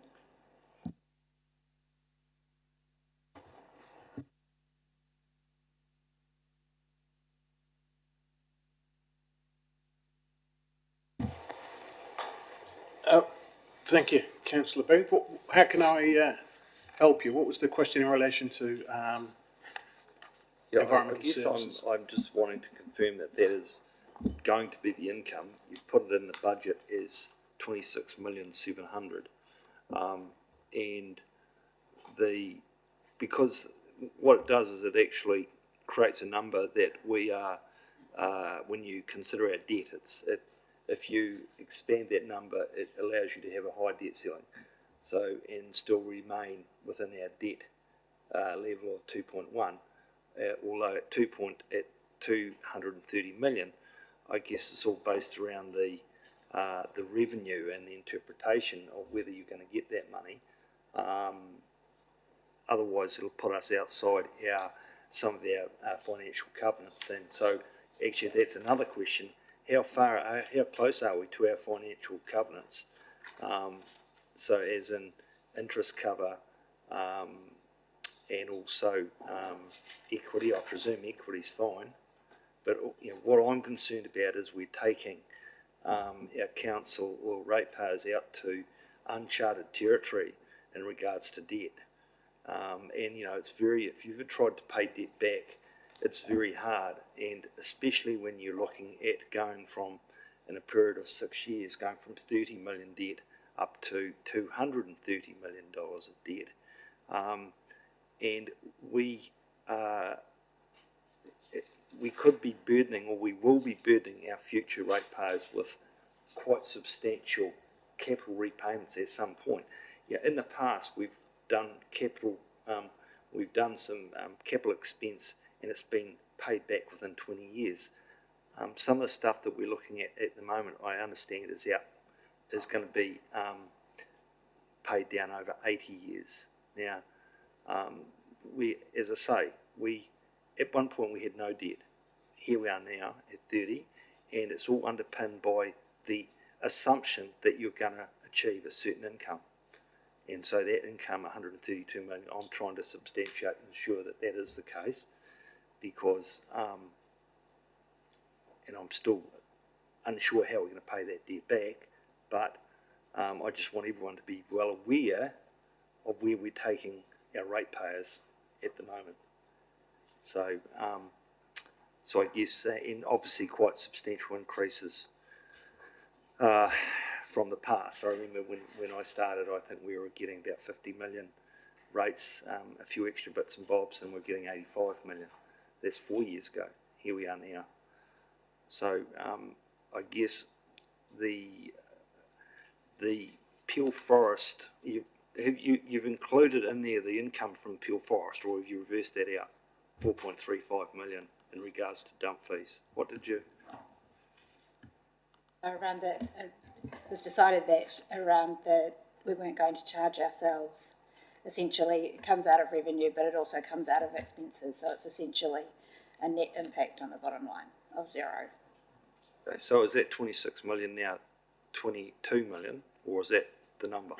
No, 22 million, yes. Yeah. So instantly we've dropped from 132 to 127,500 or million, which makes all the numbers we're looking at here in regards to the debt and the incorrect. So, and that would, what that means is the numbers, saying we're staying within 1.73 of the multiplier, it's actually worse than that. So, and we will go past our debt ceiling. Yeah. So to try and simplify it, you're looking at what rate revenue is relative to the 2.1, and at what point do we breach? And so the likes of the loan funding is an example, which is income for this year because we're for Peel Forest landfill. Is that included in perpetuity? But it's not. It's only a one-off. So we're actually looking at a lower level of revenue. Is that not correct relative to the debt funding ratio? Yeah, so actually the true income that you're referring to would sit at, because we've got some one-offs, we've got Peel Forest, we've got some other stuff as far as funding, so it needs to be dialed back significantly, doesn't it? Sorry, but we made that, through you, Your Worship, we made some adjustments, I understood. Yes, but we haven't pushed it through the model. We haven't actually pushed it through the model yet, so we're still working on the impact of that, because that was a decision that was made yesterday or the day before in regards to the revenue around Peel Forest. Oh, so no, what I'm referring to is that when we talk the debt ratio, we adjusted out 15 million.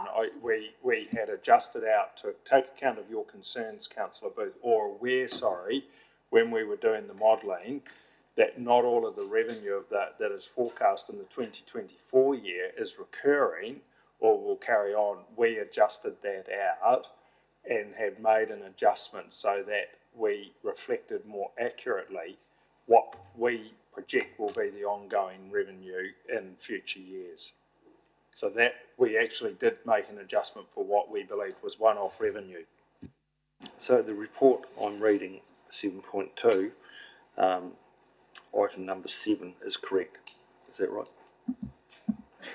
Yes. It's been adjusted by 15 million.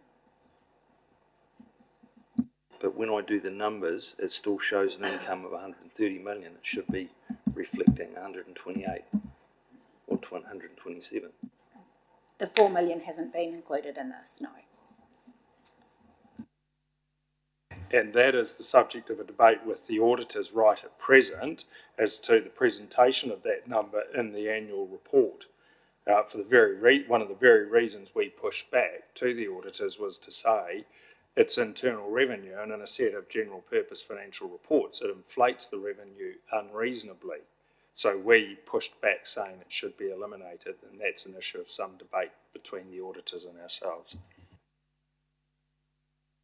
Yeah, I guess I'm just ensuring that we're not actually basing numbers around higher assumptions that we need to, because to increase that that number, that capital self-imposed cap. So that's what I'm getting at. Yeah.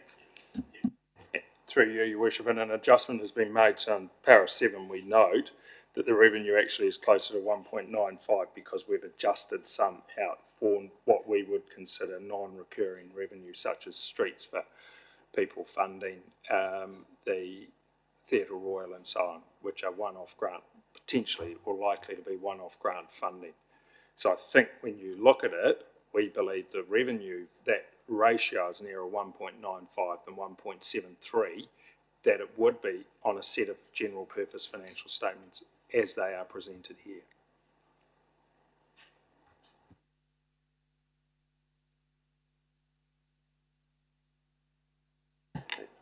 Through your worship, I think there was also a first question, and possibly the Group Manager of Rec and Cultural Services can answer as well. So in terms of our fees and charges, how confident are we that we will gain that income, was the question Councillor Booth was asking. So just to give him some confidence in the process that you take to do that. Yeah, Your Worship, Councillor Booth. We model our fees on the previous year, and we model our recovery rates on previous years, and we anticipate that we will recover that amount of revenue. This year, for some reason, for example, we're recovering more in animal control because there's been a lot of people not registering dogs for whatever the reasons, probably cost of living. It might be the first thing to drop off. So we are actually generating more revenue than anticipated for this year in some activities. Yeah, but we are confident that we recover the revenue that we state. Just other revenue at 4.4. Just perhaps an explanation of what that represents.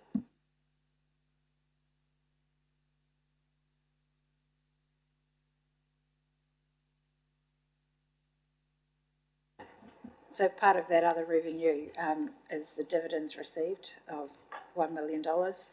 And then there is just revenue that is not associated with a fee or a charge. So essentially other recoveries. Oh, yeah, I've got an item here of dividend revenue 1.115 and then other revenue 4.405. So that would be, it's quite significant.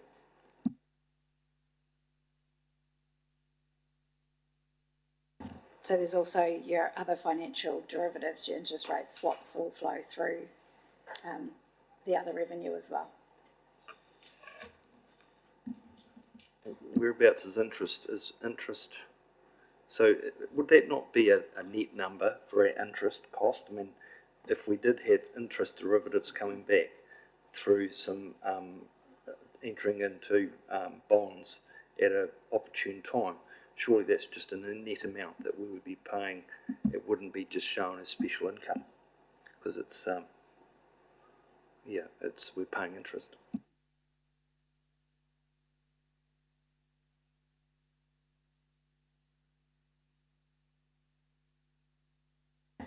At this point, it's separated out into separate area. It's not actually, we haven't netted it off, but we could net it off if that's what, from a presentation perspective. Through you, Your Worship, just back to other revenue, and Mr Dixon might be able to help us here. I think that includes vested assets. It gets recorded in other revenue in our financial statements. So if we receive property as part of a, for instance, a resource, an asset is vested, that in us is part of a resource consent. Because it comes for nominal consideration, we have to reflect it into our financial statements as revenue, and my understanding is that's where it goes, is to that other revenue line. So things like property we received, and you might recall some time ago we received some property in regard to a resource consent that would be recorded at its fair market value as other revenue for council. So that's the sort of thing that we also record into other revenue. So it's that it's not a fee, it's not a subsidy, it's not a funding assistance grant from Kotahi, it's not interest, and it's not a rate, and so on. So that's where that would go also. The other point is generally around things like interest. The financial reporting rules are that you show the gross interest revenue received and then the cost, well, no, it's gross amount as well, so that the netting off occurs as a calculation rather than as a one-line figure. So hence that's what's shown as income. Yes. So of that, yeah, okay, sure. Correct. Also the other things that get included in there are the things like infringements and rental of investment properties also comes under other income as well. And any petrol taxes that we receive is also under other income.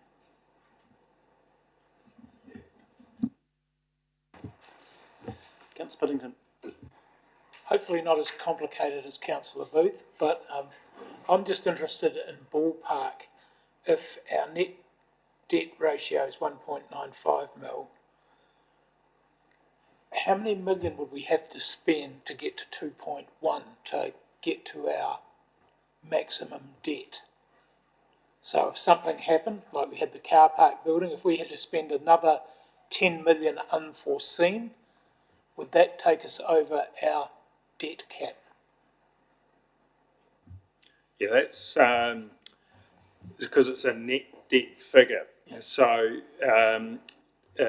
we'd be able to go to, if you looked at that raw figure of, say, circa $133 million, we'd be able to multiply that up by 2.1 times. So I'm going to do that in my head when it's all getting recorded. Yeah, about that, Your Worship. About 280, give or take. Okay. What we did was say, look, around about 15 odd million of that 133 is not likely to be recurring, so we don't think it's appropriate to include that. So on that basis, if you took, let's say 133, let's say it was sort of 115 to 120, you'd multiply that number up by 2.1 and you'd end up at sort of 250 or something like that potentially. Then, but then what we take off is the cash reserves that we hold. And what are we currently holding? Would we be 20 to 25 million?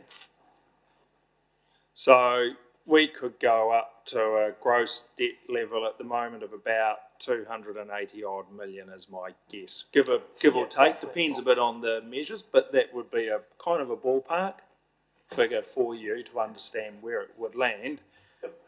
In terms of our financial statements, and I think we had, if I look at the balance sheet, the forecast number was around about 221 million. So, you sort of got $60–70 million of headroom at that point. Thank you. Does that help? Perfect. Yeah. Yeah, and within, I guess, the self-imposed debt cap, and, Yes. and that's obviously something we'll go through with financial strategy at the LTP. Already, further questions? You guys will step through. No?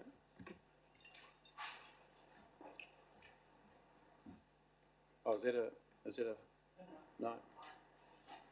No worries. Do you want to go back to team, or do you want to step through anything further, or no?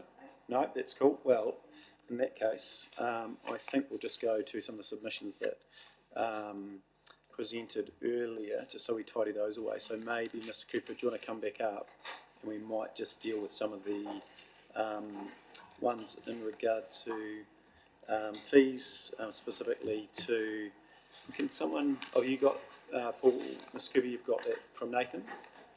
I thought we just might work through, so if you go to the tabled submission team from Nathan and from Rooney Group, and if we go through 35.1 through to 35.6, and just work through those.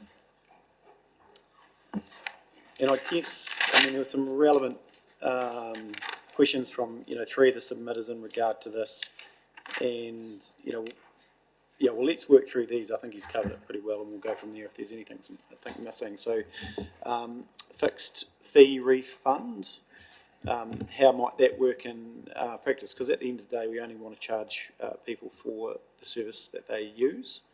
And is that, yeah, how do we provide the ratepayer the best cost value through the service, I guess? Thank you, Your Worship.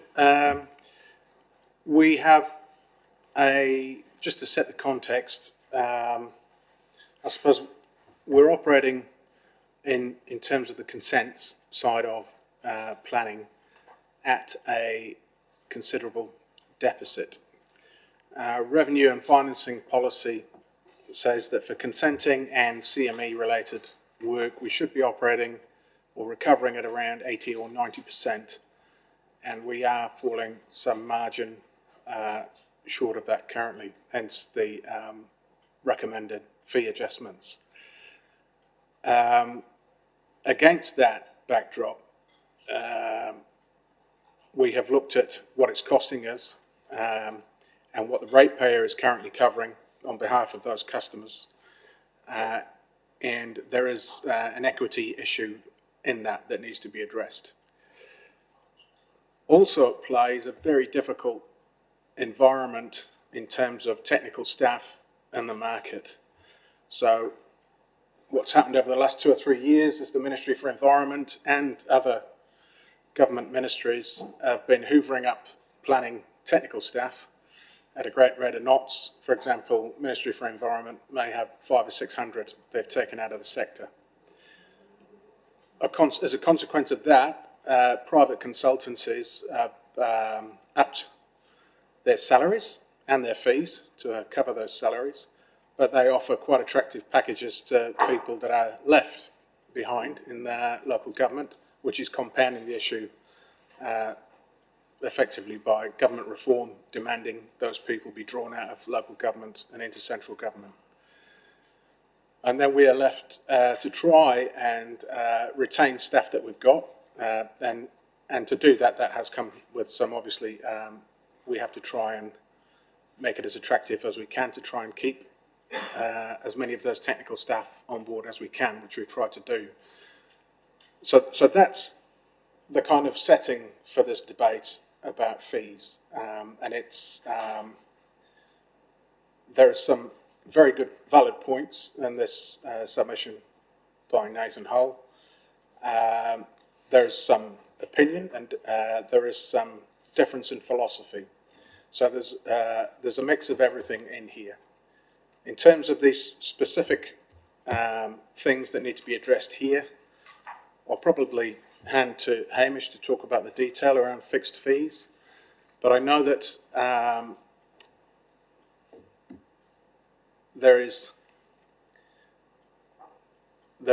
we're not currently recovering what we need to recover, and the only mechanism we have to do this is through this RMA consultation process that we've tacked on to this annual plan consultation. As I said before, private consultants can just up the fees and just charge it directly on. It's very quick, very agile. We are not so agile. We base our figures on the previous year.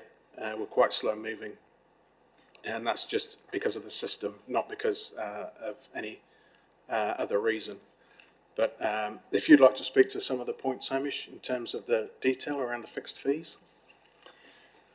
Thanks, Mr. Cooper, and I will again refer back to some of that context, which I think is quite relevant to some of the points and how I respond to it. So, I mean, the first point about the fixed fee refund, well, look, I'd try and clarify by saying that we've got deposits and then we charge the actual and reasonable cost. And so really what we're doing is, broadly speaking, raising the deposit. And as Mr. Hull sort of mentions there somewhere, that the fixed fee is not entirely equivalent to a fixed fee.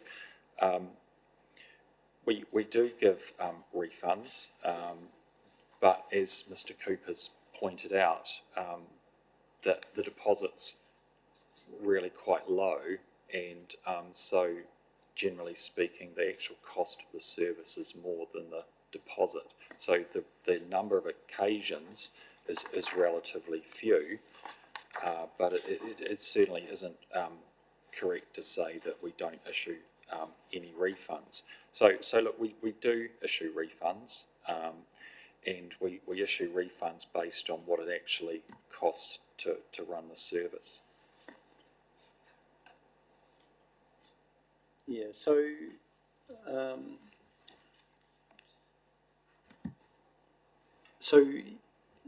that is, so we don't need any policy in regard to refund. It happens now. Take your point around the increased cost, and it's a bit of a hard one for us to estimate what exactly our cost in-house or outside with external contractors is going to be for the year. So we're trying to recover costs to, ideally 90 to 100%. So it falls with those getting benefit from the service, I guess. Can we just move to, because one of the things that's, yeah, no, still on that, but yeah, I'll go to you, Councillor Scott. Yeah. I think we don't have a policy around providing a refund though, do we? The answer is no to that, not yes. Well, all I know is that we hand it back with cash. Oh, sorry.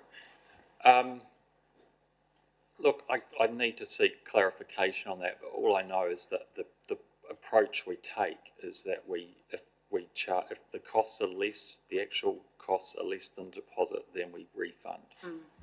Because I think all the submissions that we received today, there is that confusion around deposit versus fixed fee and a refund process, and that's what we're talking about now. And I think it is quite murky to understand, and so I think we have an opportunity to, if we are saying that our revenue and financing policy is 80 to 90%, one of the questions he had in there versus our annual plan statement of proposal is 100%. And then I hear from you, Mr. Cooper, is that we're not actually we're not getting that 90%. Well, why not? That's what I'm confused about, because we say we should be getting 90%. Why aren't we getting that? Because is that we're failing on our side, are we? Well, we aren't recovering because we don't have bums on seats, Councillor Scott, and we don't have sufficient capacity in-house to do everything in-house. So we have to use consultants to process consents. Consent costs associated with consultants have gone up, I think, about 23% over the last 12 months or so. So if they're charging $200 an hour and we're charging $135 an hour for their time, because we don't on-charge that directly because we think that would be unfair. So all our charges to customers are at the in-house officer rate of $135 or whatever it is currently. But we might be paying $220 an hour for that because we haven't got in-house capacity to process those consents. So consequently, we have this widening gap of what it costs what we're actually recovering. Our costs have gone up in-house for the same reasons that they've gone up everywhere else, and that hasn't been addressed in fees yet. So this is to tackle some of that. And on top of that, why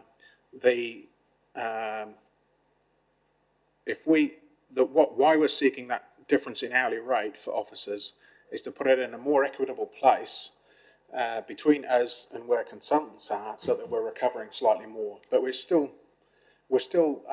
charging at the in-house rate, which will be a lot less, considerably less than consultants, but it won't recover all of it. If we were to pass on that, we would recover all, but it wouldn't be fair, because if you came in this week and we have capacity this week, we charge you 135 an hour, and then Councillor Jackson comes in next week, we're all topped up, it goes out to a consultant, we're going to charge him $220 an hour. So that's the equity issue. Yeah, and I get that, but that is even more frustrating for people that work in this industry, because then we're going to charge them the full consultancy rate of 225, but we might have an in-house consultant. We have our own team do it, process it at 135. So are we going to refund that difference? Because we're reversing it now.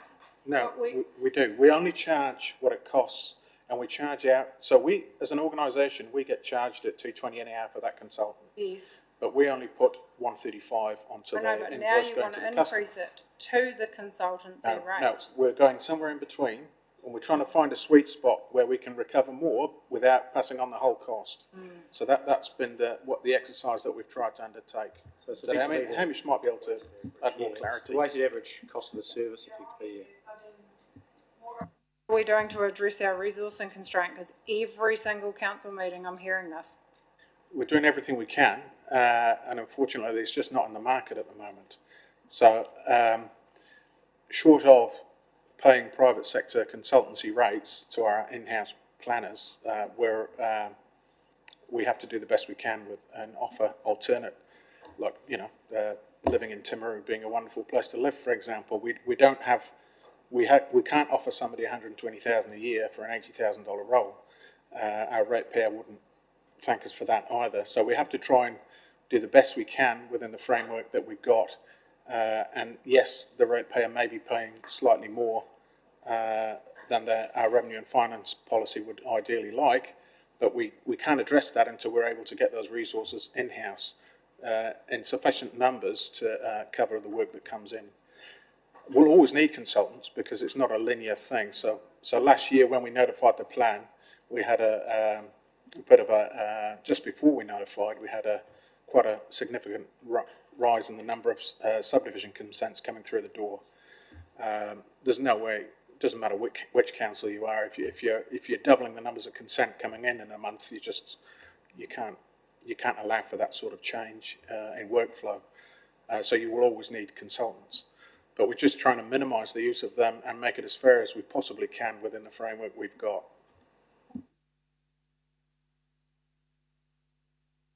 Okay, on that, Councillor Scott for now. I'll go to Councillor Piddington, then over to Councillor Burt. Thanks, Paul. I guess you've explained some of that away, but I guess my 92-year-old mother shouldn't be paying for the fact that someone in planning, we need a consultant. It just seems we're in catch-up mode, and I don't know the way around it, because I'm with Councillor Scott. We keep hearing we're using consultants, but we're never going to get them back in-house if our pay rates are that different. I mean, it should be user pays, and there should be justification. Do we itemise the accounts to these people so they know what they're getting? Because just looking, notified consent went up from 4160 to 7500 on a deposit, and I can see from the outside, when they look at it, it's about 82%. So they're thinking, why's that gone up? I mean, are we not telling the story? Because coming back again, if we have to use consultants, and that may be the way forward, someone should be paying within that user pays group. So I don't know what the magic wand is, but this is sounding all a bit Mickey Mouse, really. Which is, and unfortunately, it is a best guess, isn't it? You're looking at last year and trying to forecast for the We've year been ahead? conservative, and we're not trying to load up the ratepayer with, or the individual customer. Whatever that balance is, we're trying to find the right spot. We can adjust it. We can, as I said, we're making a considerable deficit at the moment. If we're not allowed to make money, that's a given, but cost neutral would be ideal, or 90%.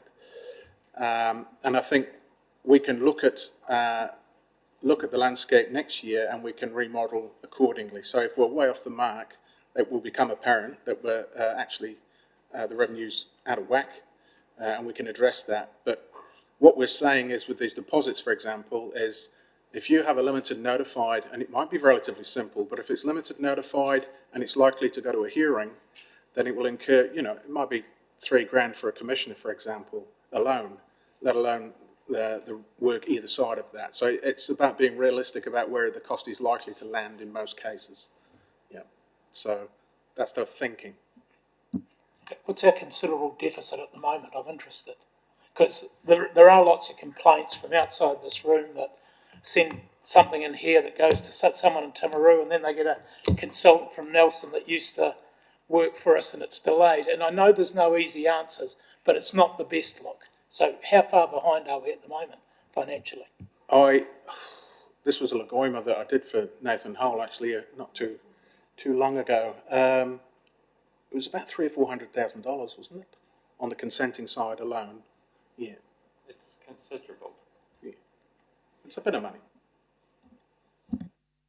True, yeah, Your Worship. There is the other side of the other side of that equation is if consents reduce and markedly, then you don't want to be carrying a large cohort of people who you then have to deploy. So it is very much a forecasting game of just trying to estimate, and it is not, as we've seen even this year, an MPS came out with a cookie cutter date, and all of a sudden there was a spike. So things like that can happen. It is a bit of an art, and it's not an easy art, but I think do need to recover more in order to, as Mr. Cooper said, get that sweet spot between in-house versus out-house and where that weighted balance lies.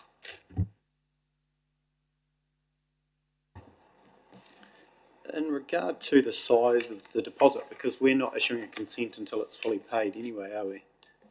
Do we have any default? Do we ever have someone go through halfway through a process and walk away? We do have some cases that are currently sort of sitting there waiting for either debt collection or the likes. That is entirely possible, yes. Yeah. So as far as the deposits, you're comfortable that's at a level that best reflects the cost of the service being delivered into the future? Look, what it does mean is that because it's not really a fixed fee, and we take a deposit and then we charge the actual reasonable cost, and it's a refund, it's a refund. If it's not, it's not.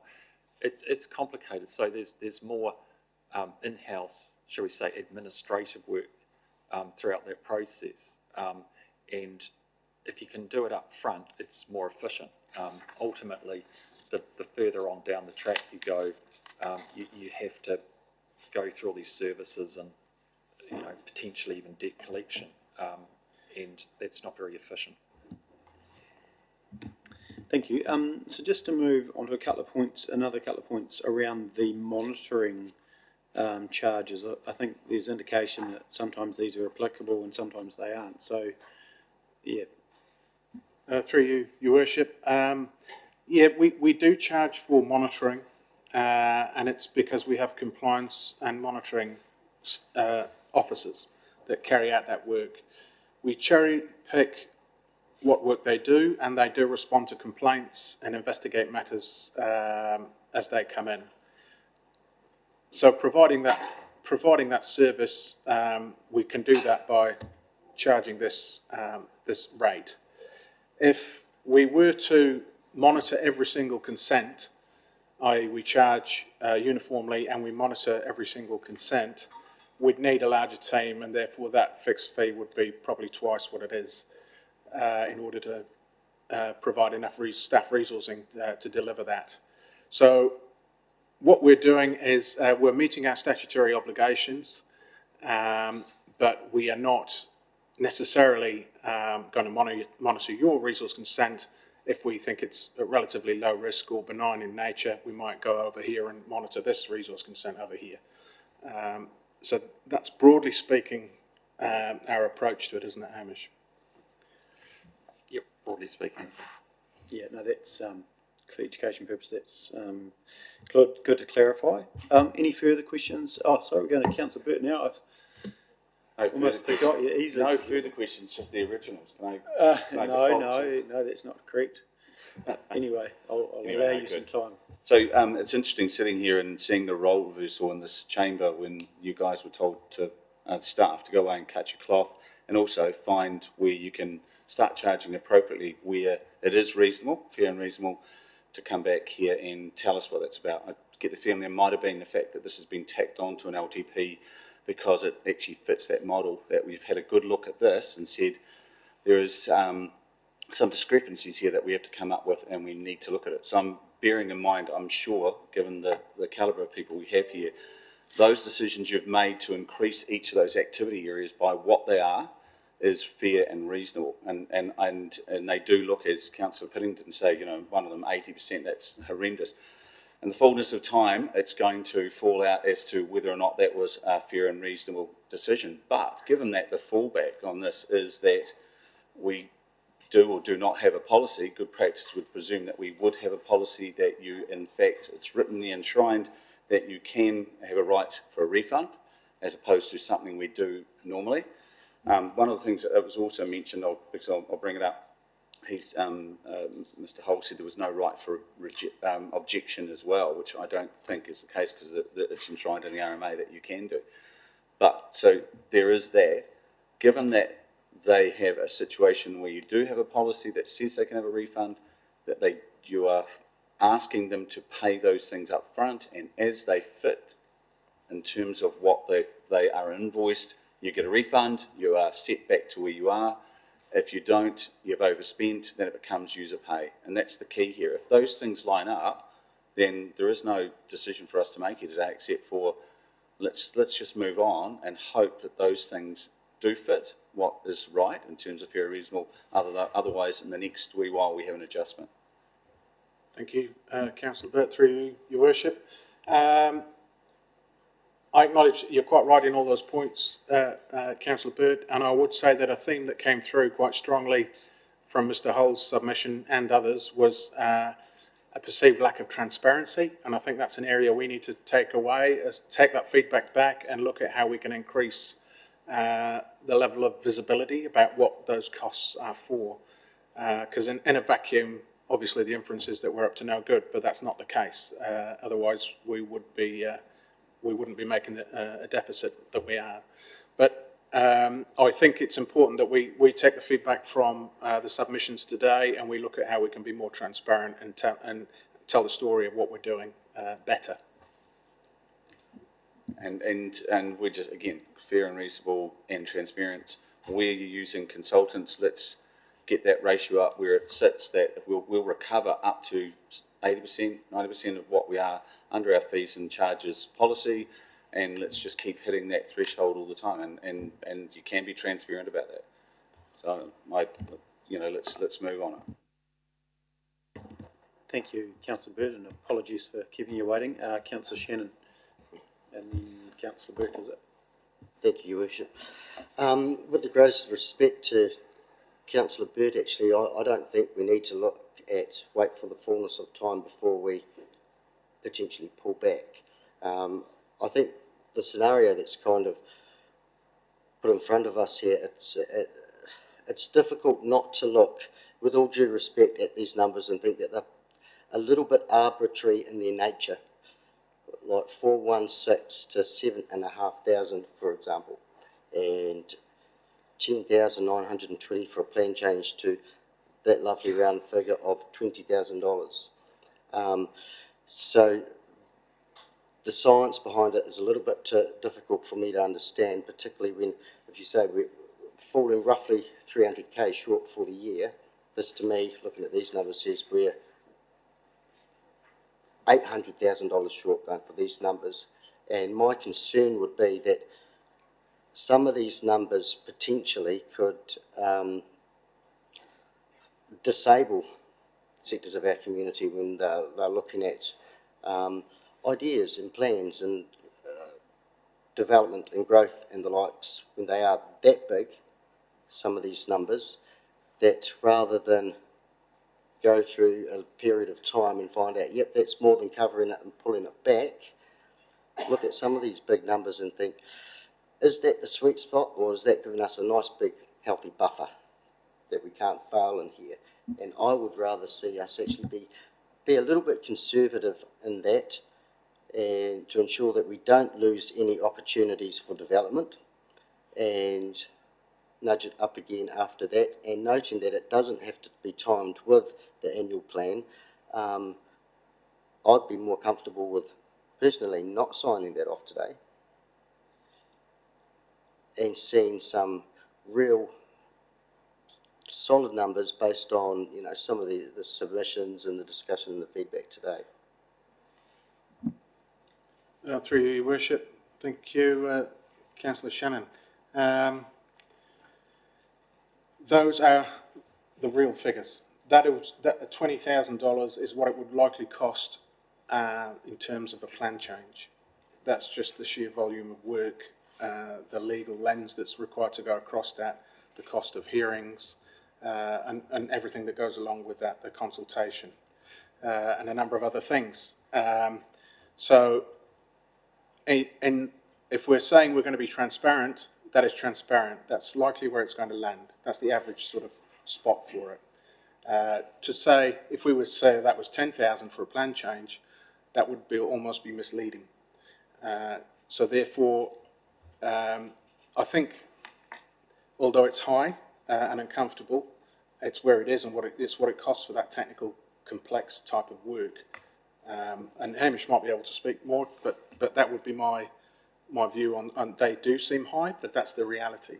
So we're trying to be as honest as we can with costs, so that there's no, we're not misleading anybody, and that everybody knows what's involved. It's just the size of the increase, that is just about doubled, and such a beautifully round number. I just can't help but think that it is going to scare people away, and we do hear anecdotally about costs and experiences in getting things done, that those who can afford that sort of money, we are actually talking larger organisations, that they will go to where it's cheaper and easier if we are actually overcharging. And I understand what you're saying, that that's what it actually does cost, but is that actually what it does cost, or is it 18,750, for example? Sorry, some context. How many plan changes would we receive in a year? As far as I know, there haven't been any in my time, and part of the issue with that currently is we're in a two-plan sort of phase. So you'd on one of the proposed plan, you can only do variations for the old plan. You can do plan changes. So it's unlikely to get, but not impossible to get plan changes coming forward if somebody wants to change the operative plan. Again, though, like with resource consents, and I do appreciate the roundness of the figure, they can be hideously complicated plan changes. I mean, you think about what we're spending on our district plan at the moment, the hundreds of thousands going into that. A plan change is a district plan, but it's just smaller. Well, hopefully smaller. It could be almost as large. So to say that 20,000 is out of the ballpark just is incorrect. It's probably inconsequential. I think the problem for me, although you can put some people off, the reality is that if it's actually costing more at the end of the day, people need to be informed, and they are informed, but nonetheless there is that implicit sort of view that a lot of people have that they believe the deposit's all they'll be charged. And so when they do get an extra fee, then that's when the issues begin. So to reflect it better from at the start, I think, is the more transparent approach. Yeah, and I think to your point, like a plan change is a massive piece of work, and it's not likely to stymie a small developer because they're not likely to do it. It's generally going to be a large subdivision, whether it's commercial and or residential. So yeah, take the point. I'll go to Councillor Booth and Councillor Piddington, and then we'll try and move forward. Does council have some form of time charging system? So like, now when you ring the accountant, he's got you on the, he's counting his numbers. Same with the lawyer, and the same with any consultant actually. So have you got any yet? So that your people are actually filling in and charging out their 8 hours a day. Yeah, what's done on timesheets is then, for internal staff at least, is pulled back for that final amount that we charge or refund. If a client or an applicant wants a tally, it's quite infrequent actually that we're asked, then we can provide that, absolutely. But often, I mean, if it's external resources, then we have to contact consultants and ask them, and there's delays and so on, but we can do that, yes. I guess I was just getting to the point that you're definitely, all your people are charging out 8 hours a day and at that rate, and so therefore not being at work for 8 hours a day and charging out 4. Well, yeah, I mean, there's other time built in that we're not charging out, so training or staff meetings or the like. I think there is a value aspect to it as well, Councillor Booth, that these technical people that do this work in council, if they were doing that in a consultancy, they'd be charged that at $220 an hour or whatever it might be. So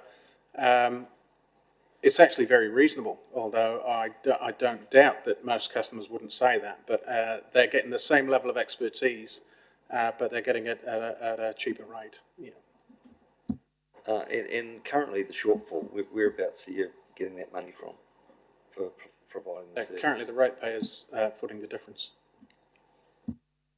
And in regards to, say, corporate overhead, is that increased? Are you putting that against the charges as well, or is that another item? We intentionally exclude corporate overhead from that 80 to 90% because the revenue and financing policy specifically says consenting activities, and it'll be the CME side of that, the compliance monitoring and enforcement as well. So it's all, it's in a capsule, if you like.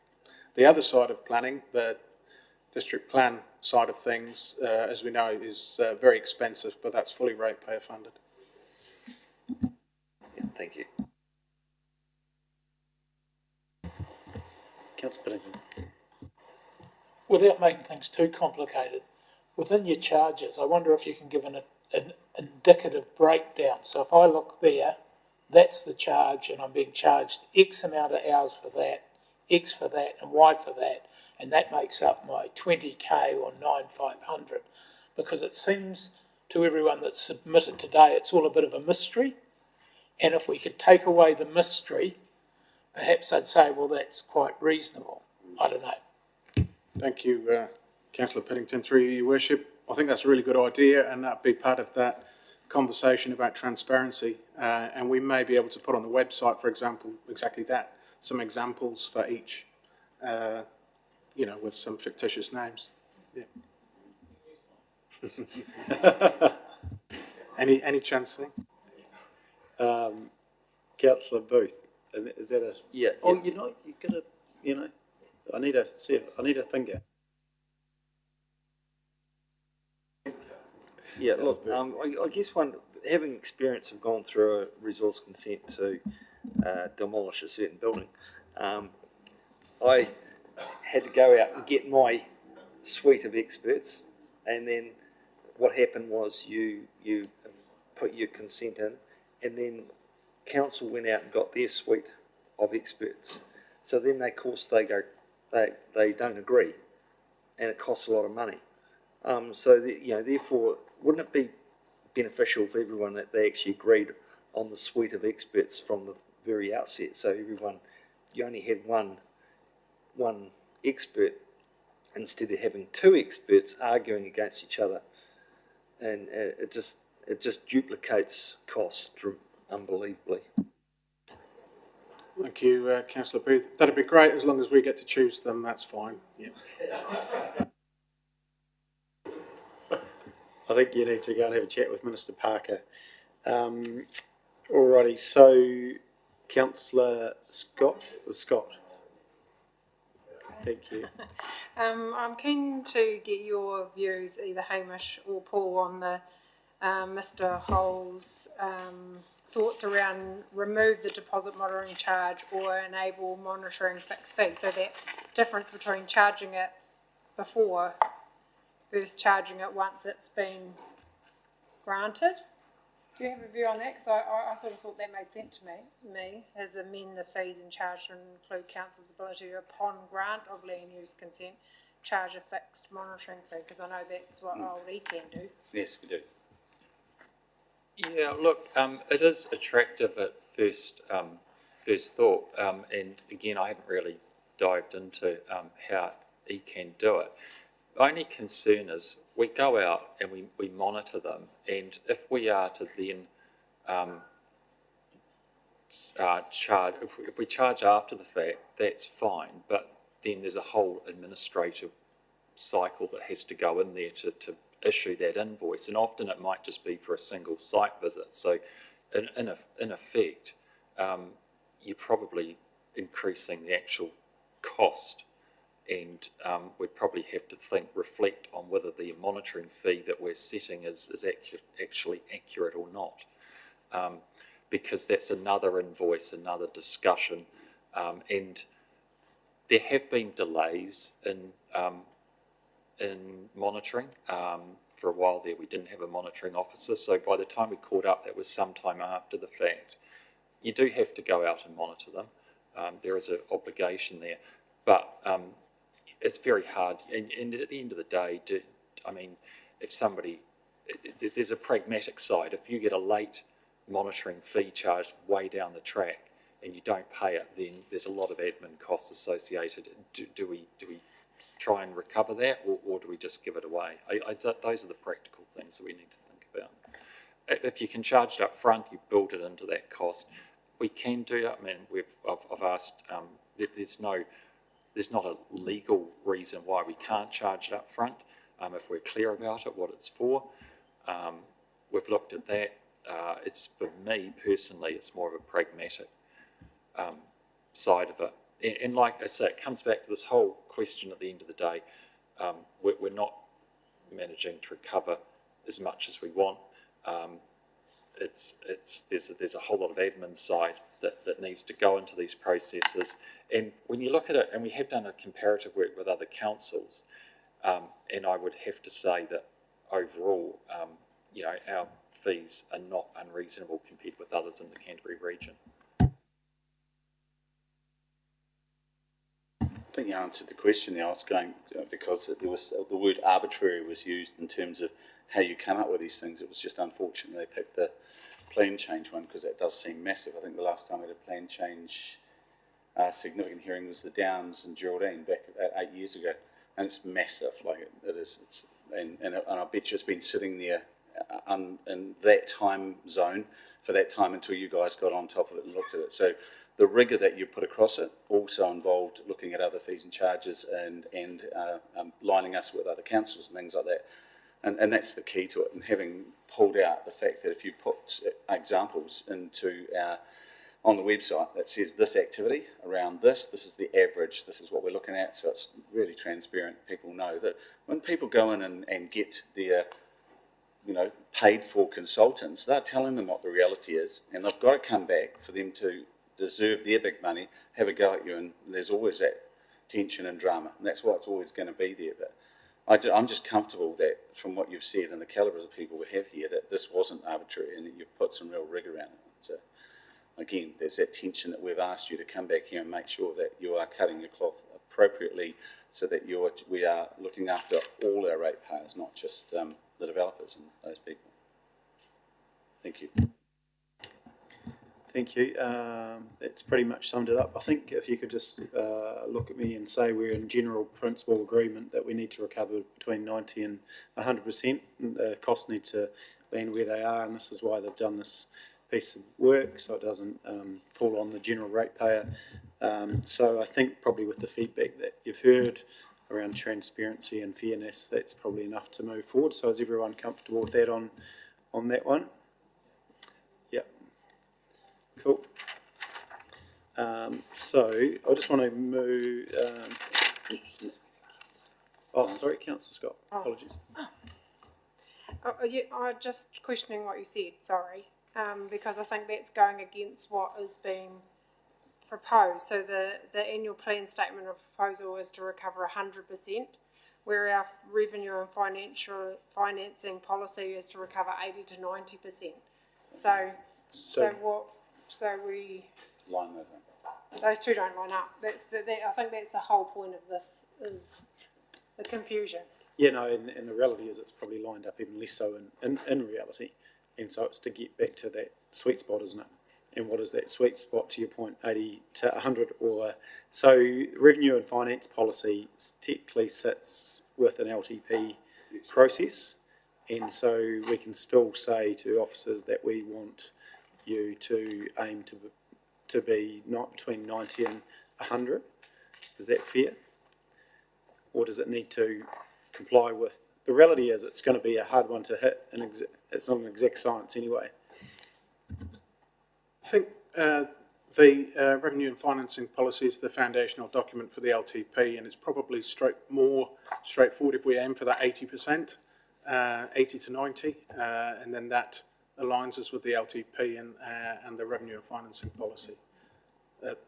That's my opinion, Your Worship. But, yeah. No, well, that's fine if we aim towards the higher side of between 80 and 100. Go for the midpoint. Yeah. No. Cool. So we're all comfortable with that. Thank you. Good point, Councillor Scott. So I just want to work through those other submitters today. I think we've covered Melissa, etc., with the conversation around with Rooney Group. Jerry Littenberg touched on educational rates, rebates. I think that's something we can pick up. And it would be interesting to it's a bit of a hard one because people are presenting their own financials, so we don't know who's not there. So the key thing is that we are marketing that, if you like. Council rents, etc., we can pick that up with LTP. Where else have we got? CCS disability. Andrew, for you, streets accessibility audit. Those are sort of the things that we are doing when we renew footpaths, etc. anyway, aren't they? And around disability and what's fit for purpose. Yeah, Your Worship, that's correct. Yeah, we're always doing the accessibility audits. In fact, Daniel, our road safety coordinator, actually goes out on mobility scooters and talks to these groups to assess them. Yeah, but you've got to recognise that we can't do every footpath and every crossing point. So we are focusing on the high use ones as the first priority, and we'll work our way down over time.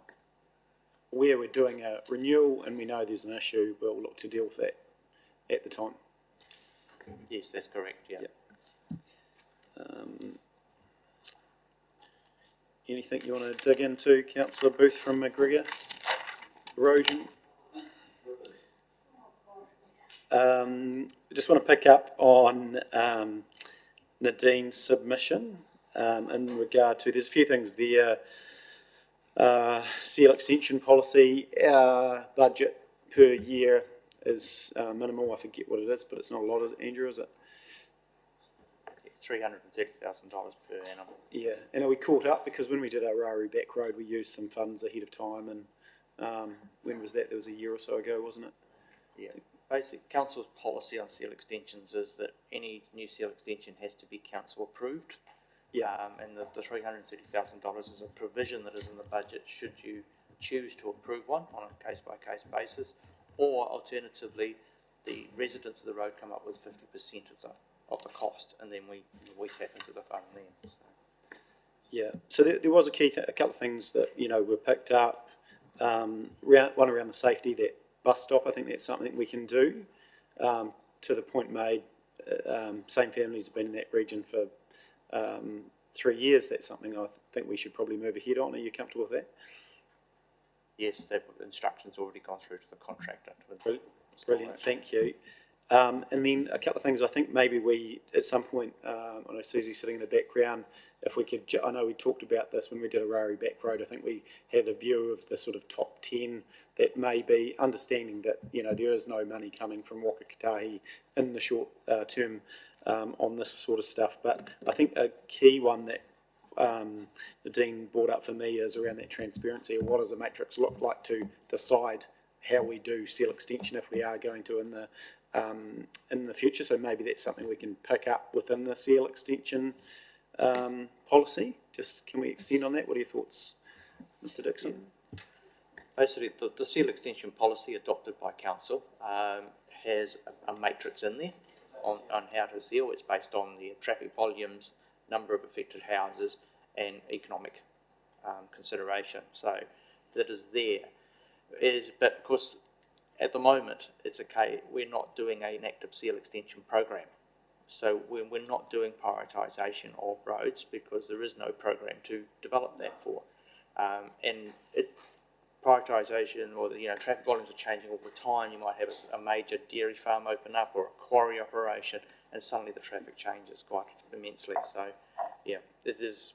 But we're not doing the list as such. We used to do a list, as some of you may recall, and that does have its own problems, because what happened is that people would see their road on a list and think, right, it's going to be 5 years when I get to my road. That comes up, and of course we don't have the funding, and then they get upset. Well, why isn't my road sealed? And, it was on your list.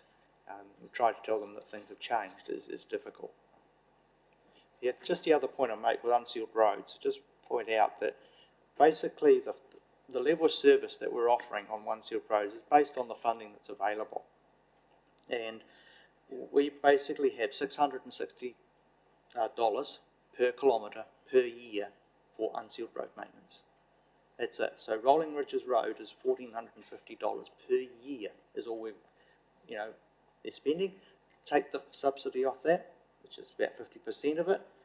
That means that, the ratepayers in the 9 houses are probably only paying $80 a year for the maintenance of that Rolling Ridges Road. So that's the level of service. It's pretty good value. We are one of the lowest in the country when it comes to maintenance of these roads. And there again, probably long-term plan conversation. We can pick that up again within that. Is everyone comfortable with that? Is there any more actions from today's conversation that you'd like to see? Sorry, Councillor Burke. I was just going to ask a question. In terms of the amount of times that we get asked to do some form of dust suppression in these circumstances, what does it look like? Because I know it used to come in wearing the other hat, we'd have people with dodgy trucks going out and doing a wee bit of diesel, oil or old oil, cooking oils, all sorts of stuff, and then they'd say this has just been done on a road. Obviously there's a whole new, type of product and everything used. What is the average for that type of thing to be asked of council for dust suppression? During the summer, we'd get a few, wouldn't we? Yeah, maybe Susie better answer that. She's more at the coalface.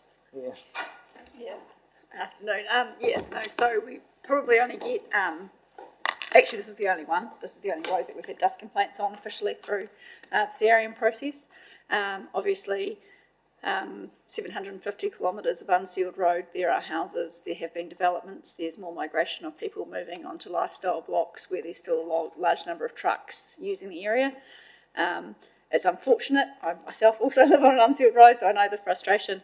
But yeah, there's just not the available funding to go in and do the work that we'd need to do for dust suppressants. They're short-term fix, high cost, so the net present value calculations on those are really poor. So the ability to do that large scale across the network would be astronomical cost to council and short-term, because as we said in the submission, we can't actually grade it once it's been done. So what happens now, if somebody approaches us, we say, yes, it can be done. You need to comply with ECAN requirements. You also need to make sure it's applied safely through a contractor that we use, Temporary Traffic Management. Let us know when it's applied so we can keep the grader off it as long as possible. However, when the road becomes some condition that we need to grade, we will grade it at basically no risk to council, and the cost of reapplying the dust suppressant would again be on the adjacent landowner or resident. Ballpark figure in terms of per kilometre over a reasonable economy of scale for application of dust suppressant? I don't actually have those figures, because we haven't, we don't, we just stay well away from it. Good. Yeah. Easy, thank you.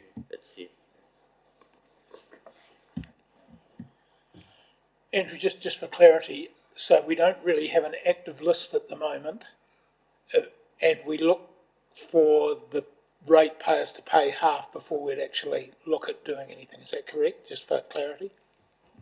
Yes, that's correct. That's in our accordance with our policy at this stage, yeah. So do we get back to the submitter and tell them that, or do they have to watch this? I'm just conscious people come with a whole lot of questions. We're satisfied with the answer. How do they, in this particular case, get the answer?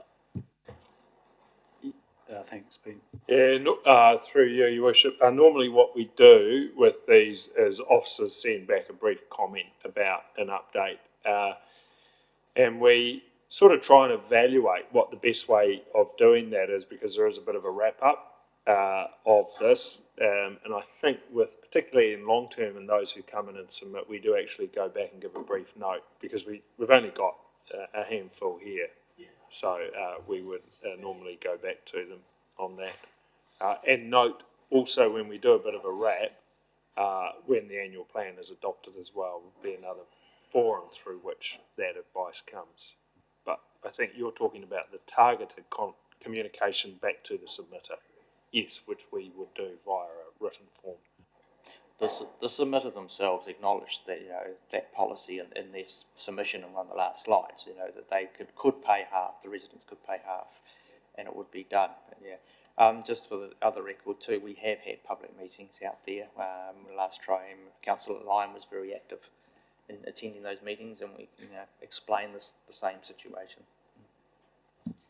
Yeah, I've been out there too, and there was some safety things that we did do. I can't remember, Susie, you might be able to speak to it, but I know we did make some changes, didn't we?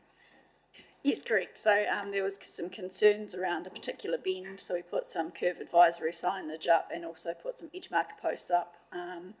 And just noting that, throughout the country, the net present value calculations or benefit cost ratio doesn't actually bring in safety into those calculations, which is, part of our policy. So there is no safety aspect in there at this stage. So we do try and respond to those ones as much as we can. But again, it comes down to the funding we have available. And we do push Waka Kotahi hard. Andrew mentioned before that we are one of the lowest costs through the country. We bring that up regularly when we ask for more funding from Waka Kotahi, and we will continue to do so to show that we are really cost effective in those areas to try and get extra. But they're in a constrained funding round as well. And that was...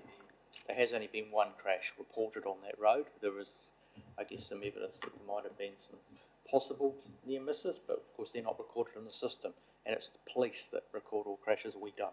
Yeah. So we just have to rely on the data. Yeah, so I guess if 25% of all crime is reported, then that might give you an indication. So, but it's hard to go off anecdotal feedback, isn't it? But I guess the submitter did make some good points around safety and dust, but those aren't things that are part of the consideration. So, yeah. Okay, sorry, Councillor Oliver. Oh, sorry, Your Worship. Just a quick question. Obviously, with more regular sudden downpour events, are we thinking of a bigger picture that we do need to obviously look at funding of our shingle roads? When I think of downpour events, I think of Peel Forest recently, and those sort of downpour events. Should we definitely be looking forward to needing to up that spend on those shingle roads and that in the future, because it's going to be ongoing. I mean, Yeah, Councillor Oliver, through your worship. Yeah, I agree with you. I think it's something we need to look at, but it will be probably a consideration in the next long-term plan. Yeah, I think that's something we do. It'll be well noted and we'll pick that up. Yep. Now, is there anything from the submitters today, Councillor Piddington? Yeah, just getting back to the lifeboat and Dave Fraser. Who owns the lifeboat? Do the Civic Trust? Does anyone know? I believe we own it on behalf of the city. Yeah.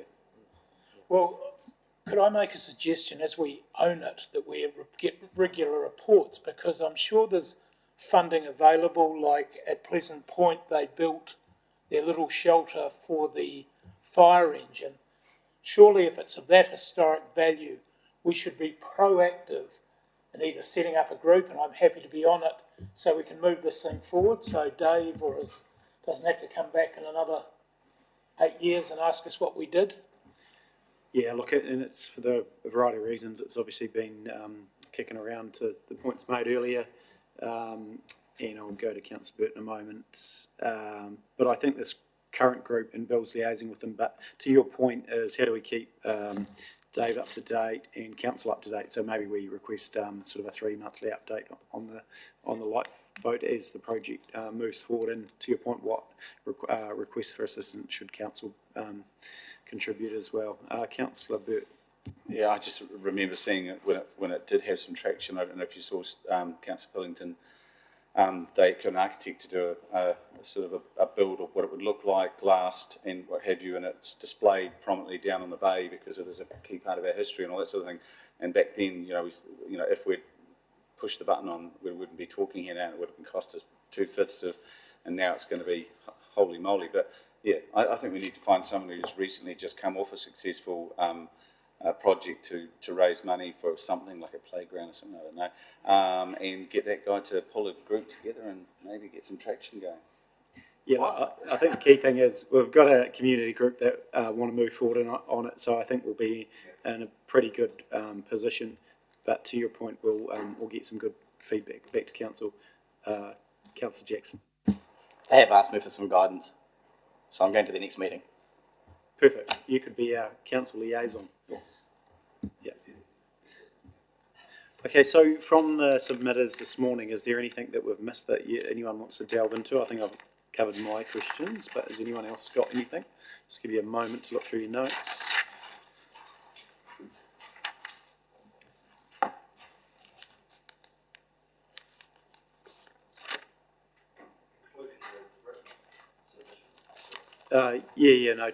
Dealing with that, but yeah, more holistically, yeah, for sure. Councillor Burt first. It's just that that old chestnut about bringing in-house all our project works and things like that. It seems to be doing the rounds at the moment and everything, and it's easy to pick up the phone and see the last surviving councils that are still in some way involved in it. But I don't know, is it going to be a thing that we need to do some work on and give an example of why it's not a thing, or it could be, or on what level? Because, I mean, for us to suddenly gear up for that, based on everything else we're spending at the moment, we couldn't do it. And even just getting the staff, no matter how well we treat them and with health and safety and everything, it just wouldn't be a thing.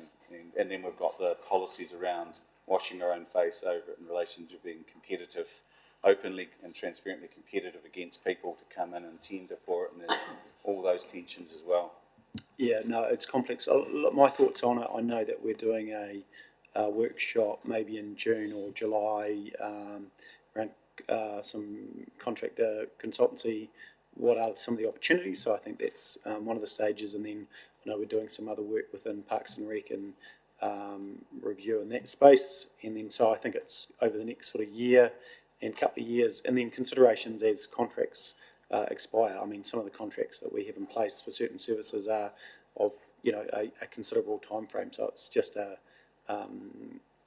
these sort of cost considerations become BAU almost, and we get a bit of a timeline on what we, so it's just stepping through it. That's my thoughts on it, but it's not something we can fix overnight. There's no silver bullet, would be my thoughts. Councillor Booth. Yeah, I'd just like to note the written submission by Juliet Crawford on behalf of the Friends of the Argentine Art Gallery and her their dismay at that the House Gallery has been closed since 2017, I think it is. So, yeah, look, perhaps, yeah, I mean, Nigel might have some more information on it, but that is very frustrating.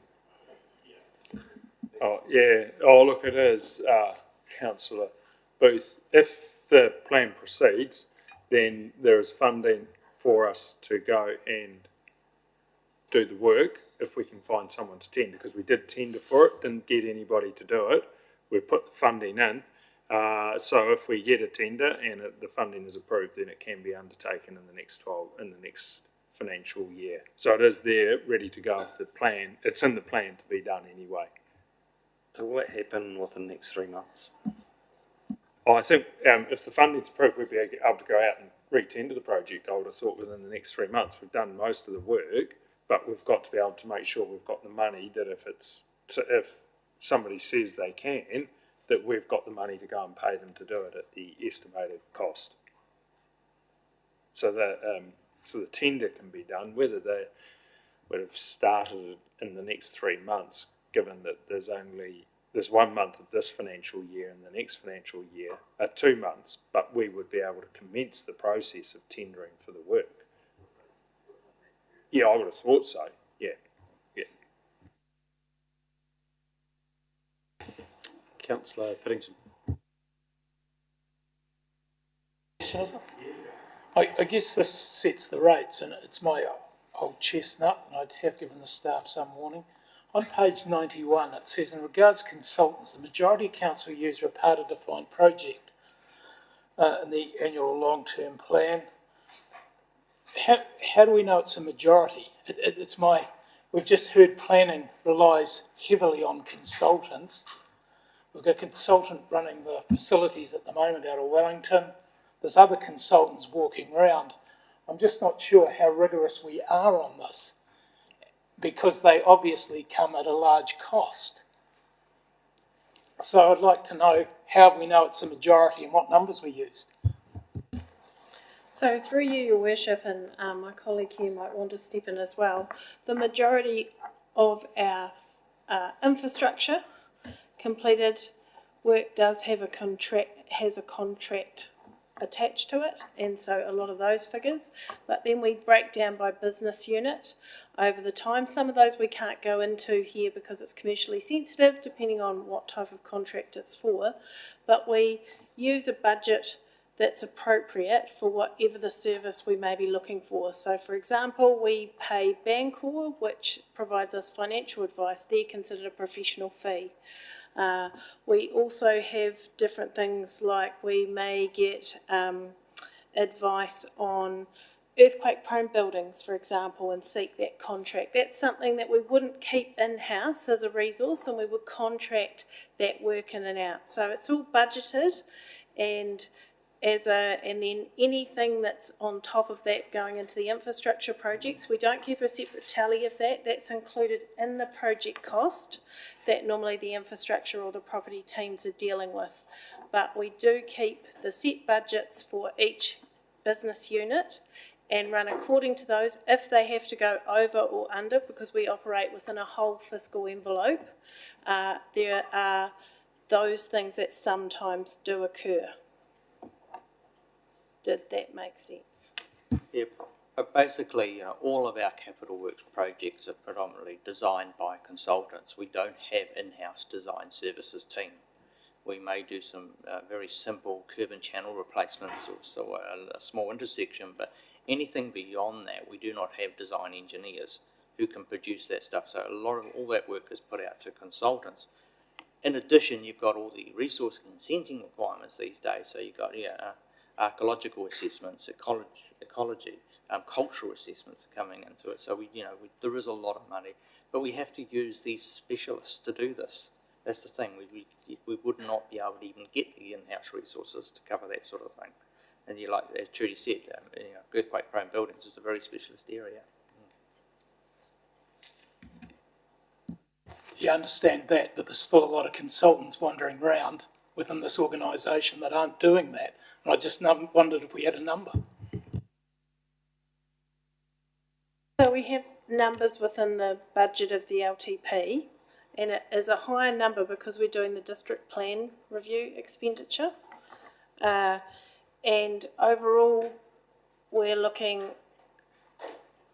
at 1.7 for the district plan review, for example, but overall the total budget is around the 5.5 mark.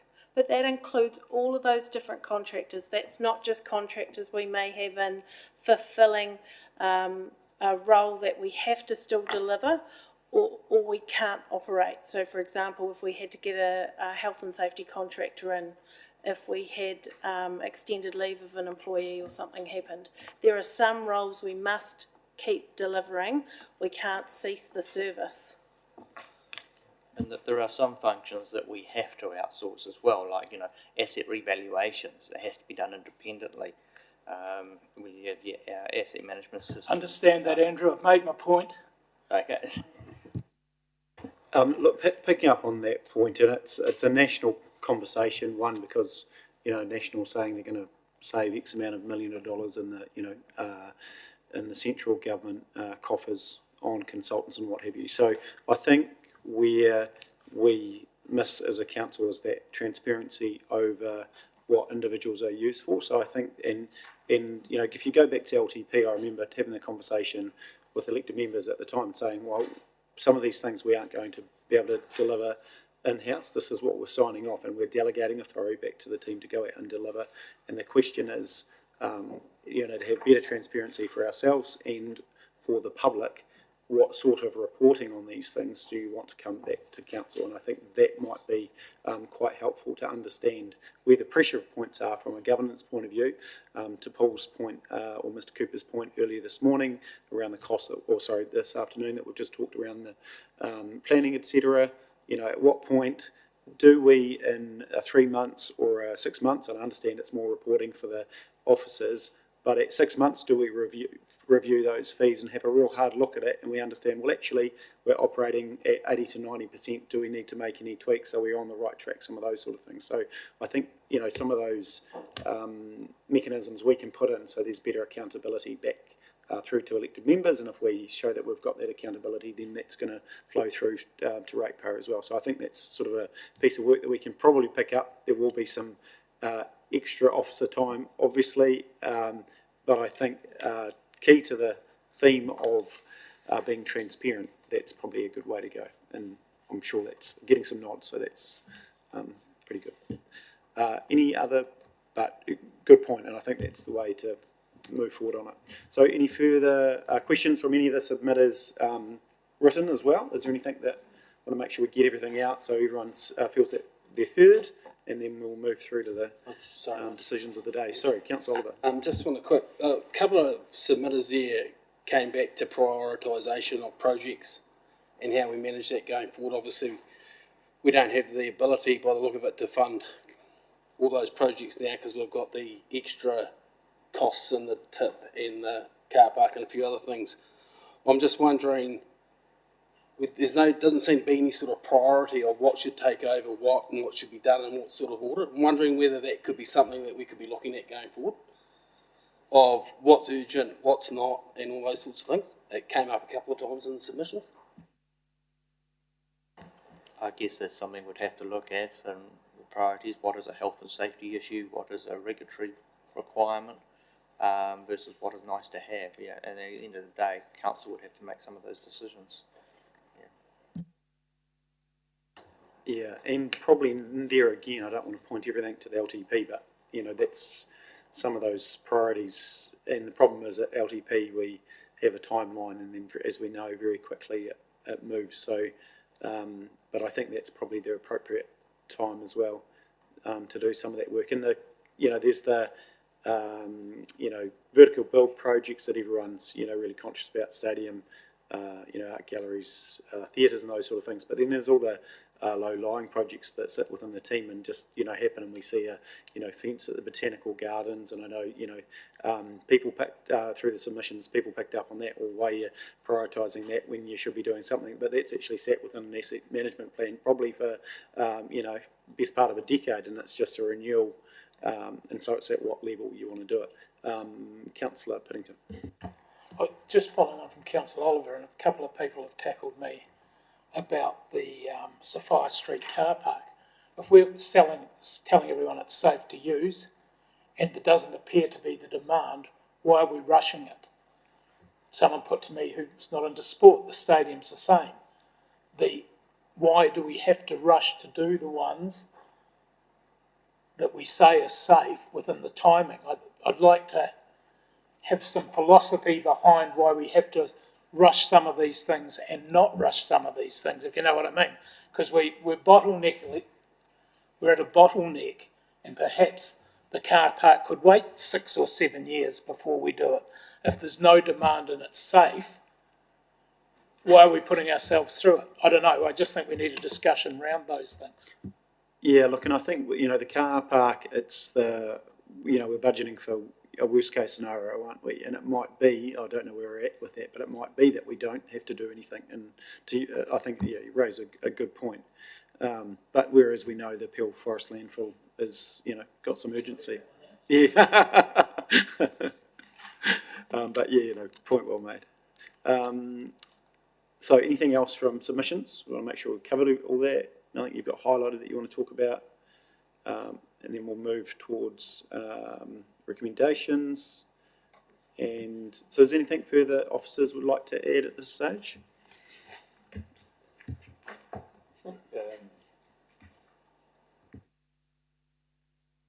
I think, Your Worship, just in terms of, and we haven't been able to fully model it, but we have identified that the costs of the carbon credits, if you like, will be lower than was forecast. So we haven't been able to model it right through, but it's lower than we forecast by a reasonable amount of money.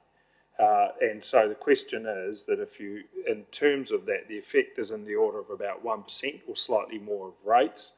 And I think some direction from you on that would be, do you wish us at this point to reduce effectively that rate increase? But if we do, then you're still borrowing some debt for the depreciation, or do you want us to keep the rate increase the same and you reduce the borrowing level? So the model hasn't been done, it goes to a targeted rate, but we're talking in the order of about probably $800,000 that we've been able to hedge in terms of a saving by forward purchasing. So there is that there for you, but as I said, we haven't been able to model it through because of the time constraint. But some direction about savings, if you like, generally, and where that should go would be appreciated by officers. Throw it to the floor. We can't call you the $1 million man, it's just $800,000 man, Councillor Booth, so there you go. Still significant though, isn't it? No, significant, massive amount of money. So, yeah, I mean, I guess I think it may be an opportunity to get on the right side of the ledger for them to ensure that you're actually, because in the past they've been going up and we've been potentially not charging enough at the landfill to recover the full costs of what we've had to pay. So, I think you should take the saving, but also take the opportunity to get into a position where you are paying them forward, and you know actually what, and charge accordingly at the weigh station to cover the deficit, instead of buying them in at the end of the year. Once you've, I mean, we could buy some more. I think we've hedged out. We've estimated what our liability will be and hedged most of it, haven't we, Andrew? Yeah. We've got one more year of at the default value, and then hope the flare will kick in, and we'll have a reduction in the number of credits that we have to buy. But we're not sure how much at this stage. Yeah, look, and there's a couple of things that reoccurring. One, Waiso, the weighbridge, and two, you know, some of the fees sitting in planning, that I just feel that we shouldn't be waiting, you know, a full year to review these fees and charges effectively. So is there anything stopping us doing a half yearly review on the likes of the weighbridge to make sure we do have that being on?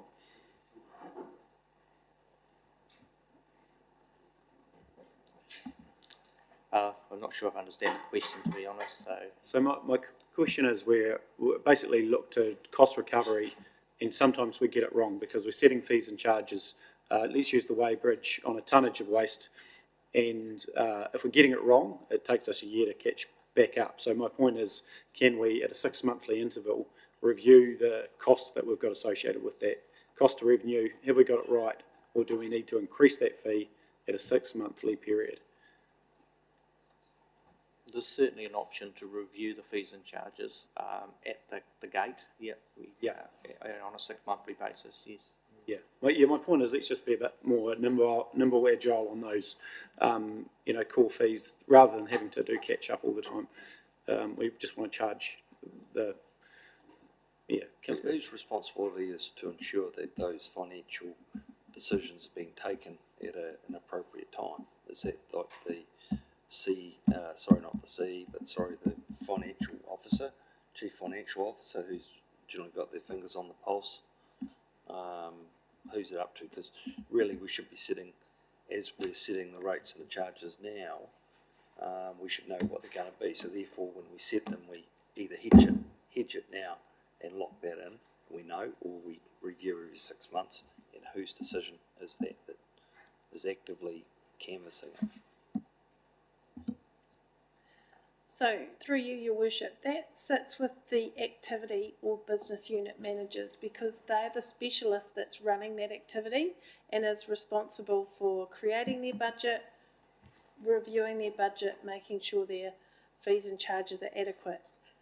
Doing more regular than annual fees and charges review will take a little bit more time, because obviously it creates a special consultative process and it triggers additional work for other teams, enabling activity managers to do that. It's not to say we can't do it, it's to say as long as we're aware that it impacts other work within the system that we still have to deliver. Look, I think the key thing is that if we see there's some risk where it's, we need to do some catch up, that we see those through the numbers in a timely fashion so we can make changes, because I'd rather go through a process and make changes rather than have to catch up another 6 months after the fact, personally. So you're suggesting then that the 1% that we could potentially shave our increase by 1% because of that, or not quite? No, through you, well, we've hedged because we've got to pay for the carbon. So we've hedged that. We have the credits now, so we've locked in that amount. And when we brought the budget in March, it was $80 a unit, was it? Because that was the price. But we've been able to secure it at an average of 57 or something like that, which means we've hedged our bets, if you like, and the saving on that 23, which is 40,000 units or whatever the amount is given us about 800,000 roughly. So you've sort of got a 1 point something %, which is available to either reduce your rate a bit or reduce your borrowings a bit, or a blended. You could say, well, half to reduce the rate and half to reduce the amount you borrow.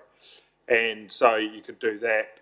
And generally, if we identify other savings, have you got some general direction for us about what to do with it as we go through? Because as we get closer to the end of the year, we get more certain about where we're going to land, what our starting position will be. Okay, I guess on the other hand, as we're drawing debt down, we're going to be paying the new rate, which is 5.5 plus a 25 basis points, which is we're going to be up near 5.85% interest rate. So perhaps it might cover some of that stuff.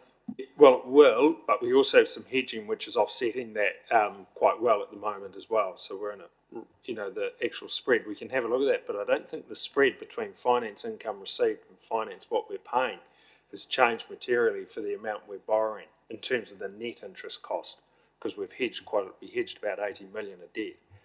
So we're doing okay on our hedging while that's going up at the moment.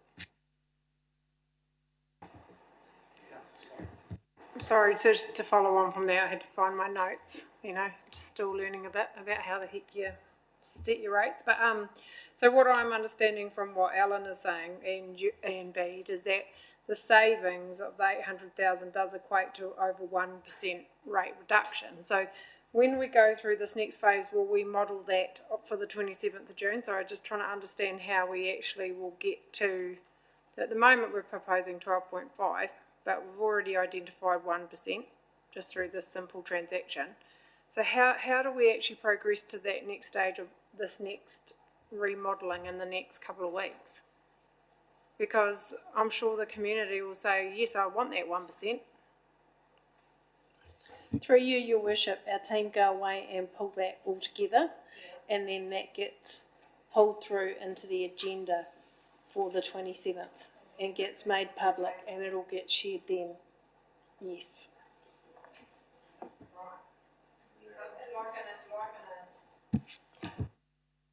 Like in a table or something simple, so we'll go, so we don't overcomplicate our wee brains here. It'll be in a table or something. Ready? Of course, we can look at a table that could potentially clarify some of the savings and help people understand where the costs were coming from. Note to self.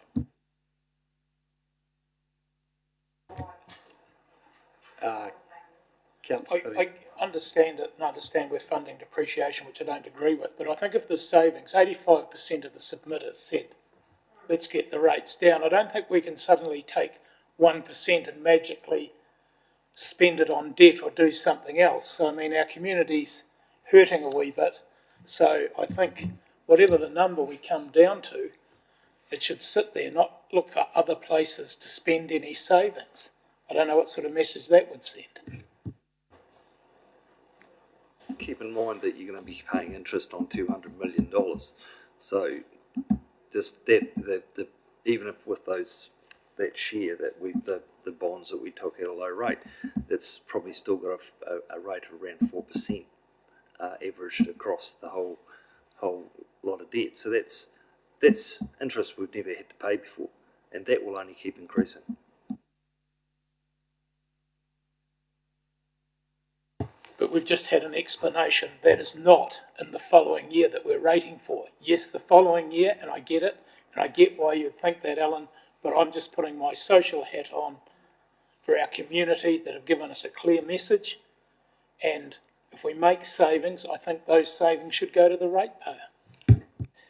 Yeah, and Councillor Pellington, I think your point is a good one. We've gone out and consulted at 12.5, and then the ratepayers expect us to look for savings. Taking to your point, Councillor Booth, I think those are real factors, but I think they're looking at not just reallocation of funds. So, but to move forwards, so we will go to recommendations on page 82. So we've got receives the summary of submissions and officers' comments in response to the submissions, that's fine. Direct officers by endorsing the draft annual plan with or without amendment. So to that point, do we need to give some indication now in regard to that conversation we've just had?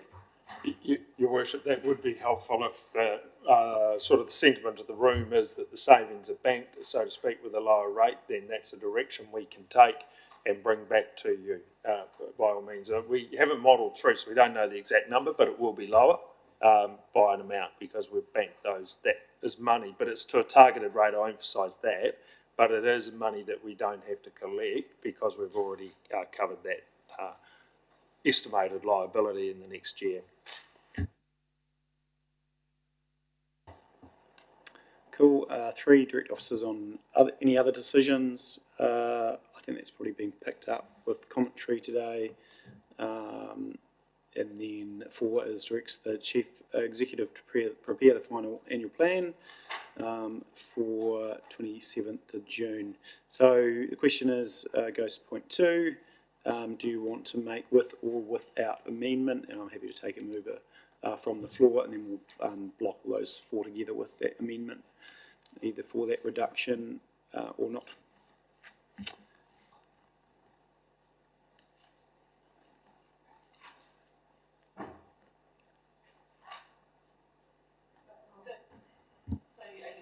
You're looking for a mover for points 1, 2, 3, 4 with the amendment regarding of what we just spoke Yeah, about. either amendment or no amendment. Yep.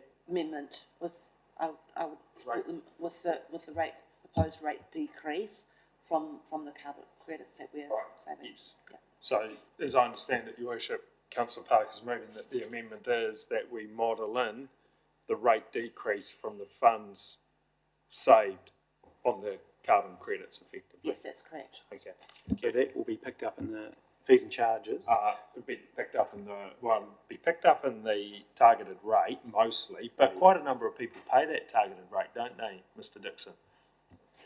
Yes, there's quite a substantial amount of rural people actually receive the curbside collection service, so it is only those who actually get the curbside collection that will pay the rate. Get the benefit. But it is a large proportion of ratepayers. It's a large proportion, and we are looking for other savings as well, and it's noting that if we identify them, they're to be put to reduce the rate rather than leave it as it is what I'm hearing. I'm very comfortable with that moving. Yeah. Cool. Mover, Councillor Parker, thank you. Can I have, yes, no, you comment? Have Councillor Scott.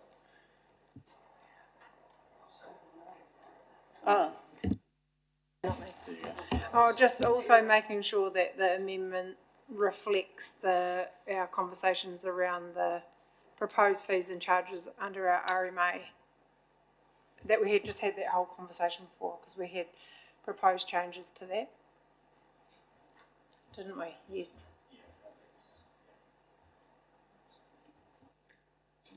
Yeah.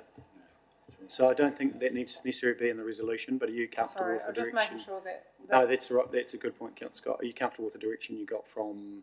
The direction Yeah. to be more transparent in terms of our website and Yeah. total schooling data, and then review it in 6 months' time as the numbers where they may. Yep. No, and also our making sure our finance. Are you talking? Yes. 90%. Yes, reflects. Yeah, which is part of the policy anyway, but.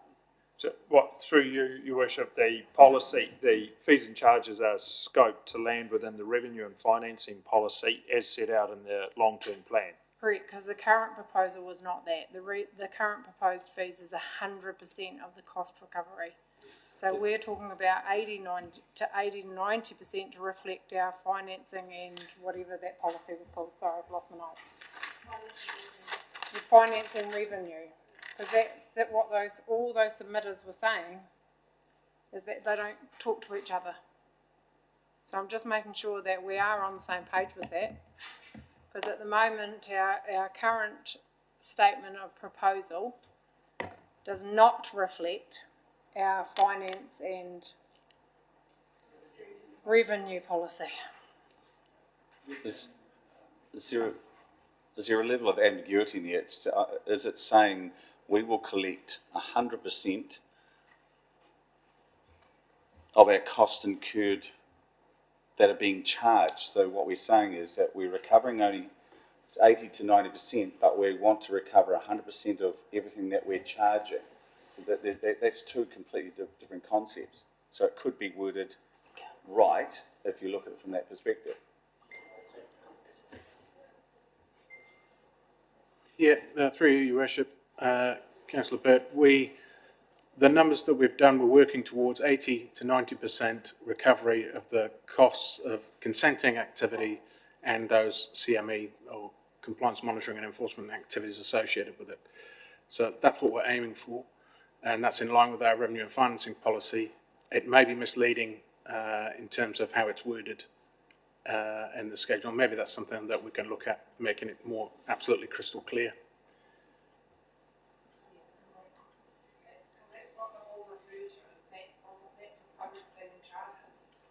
Rep.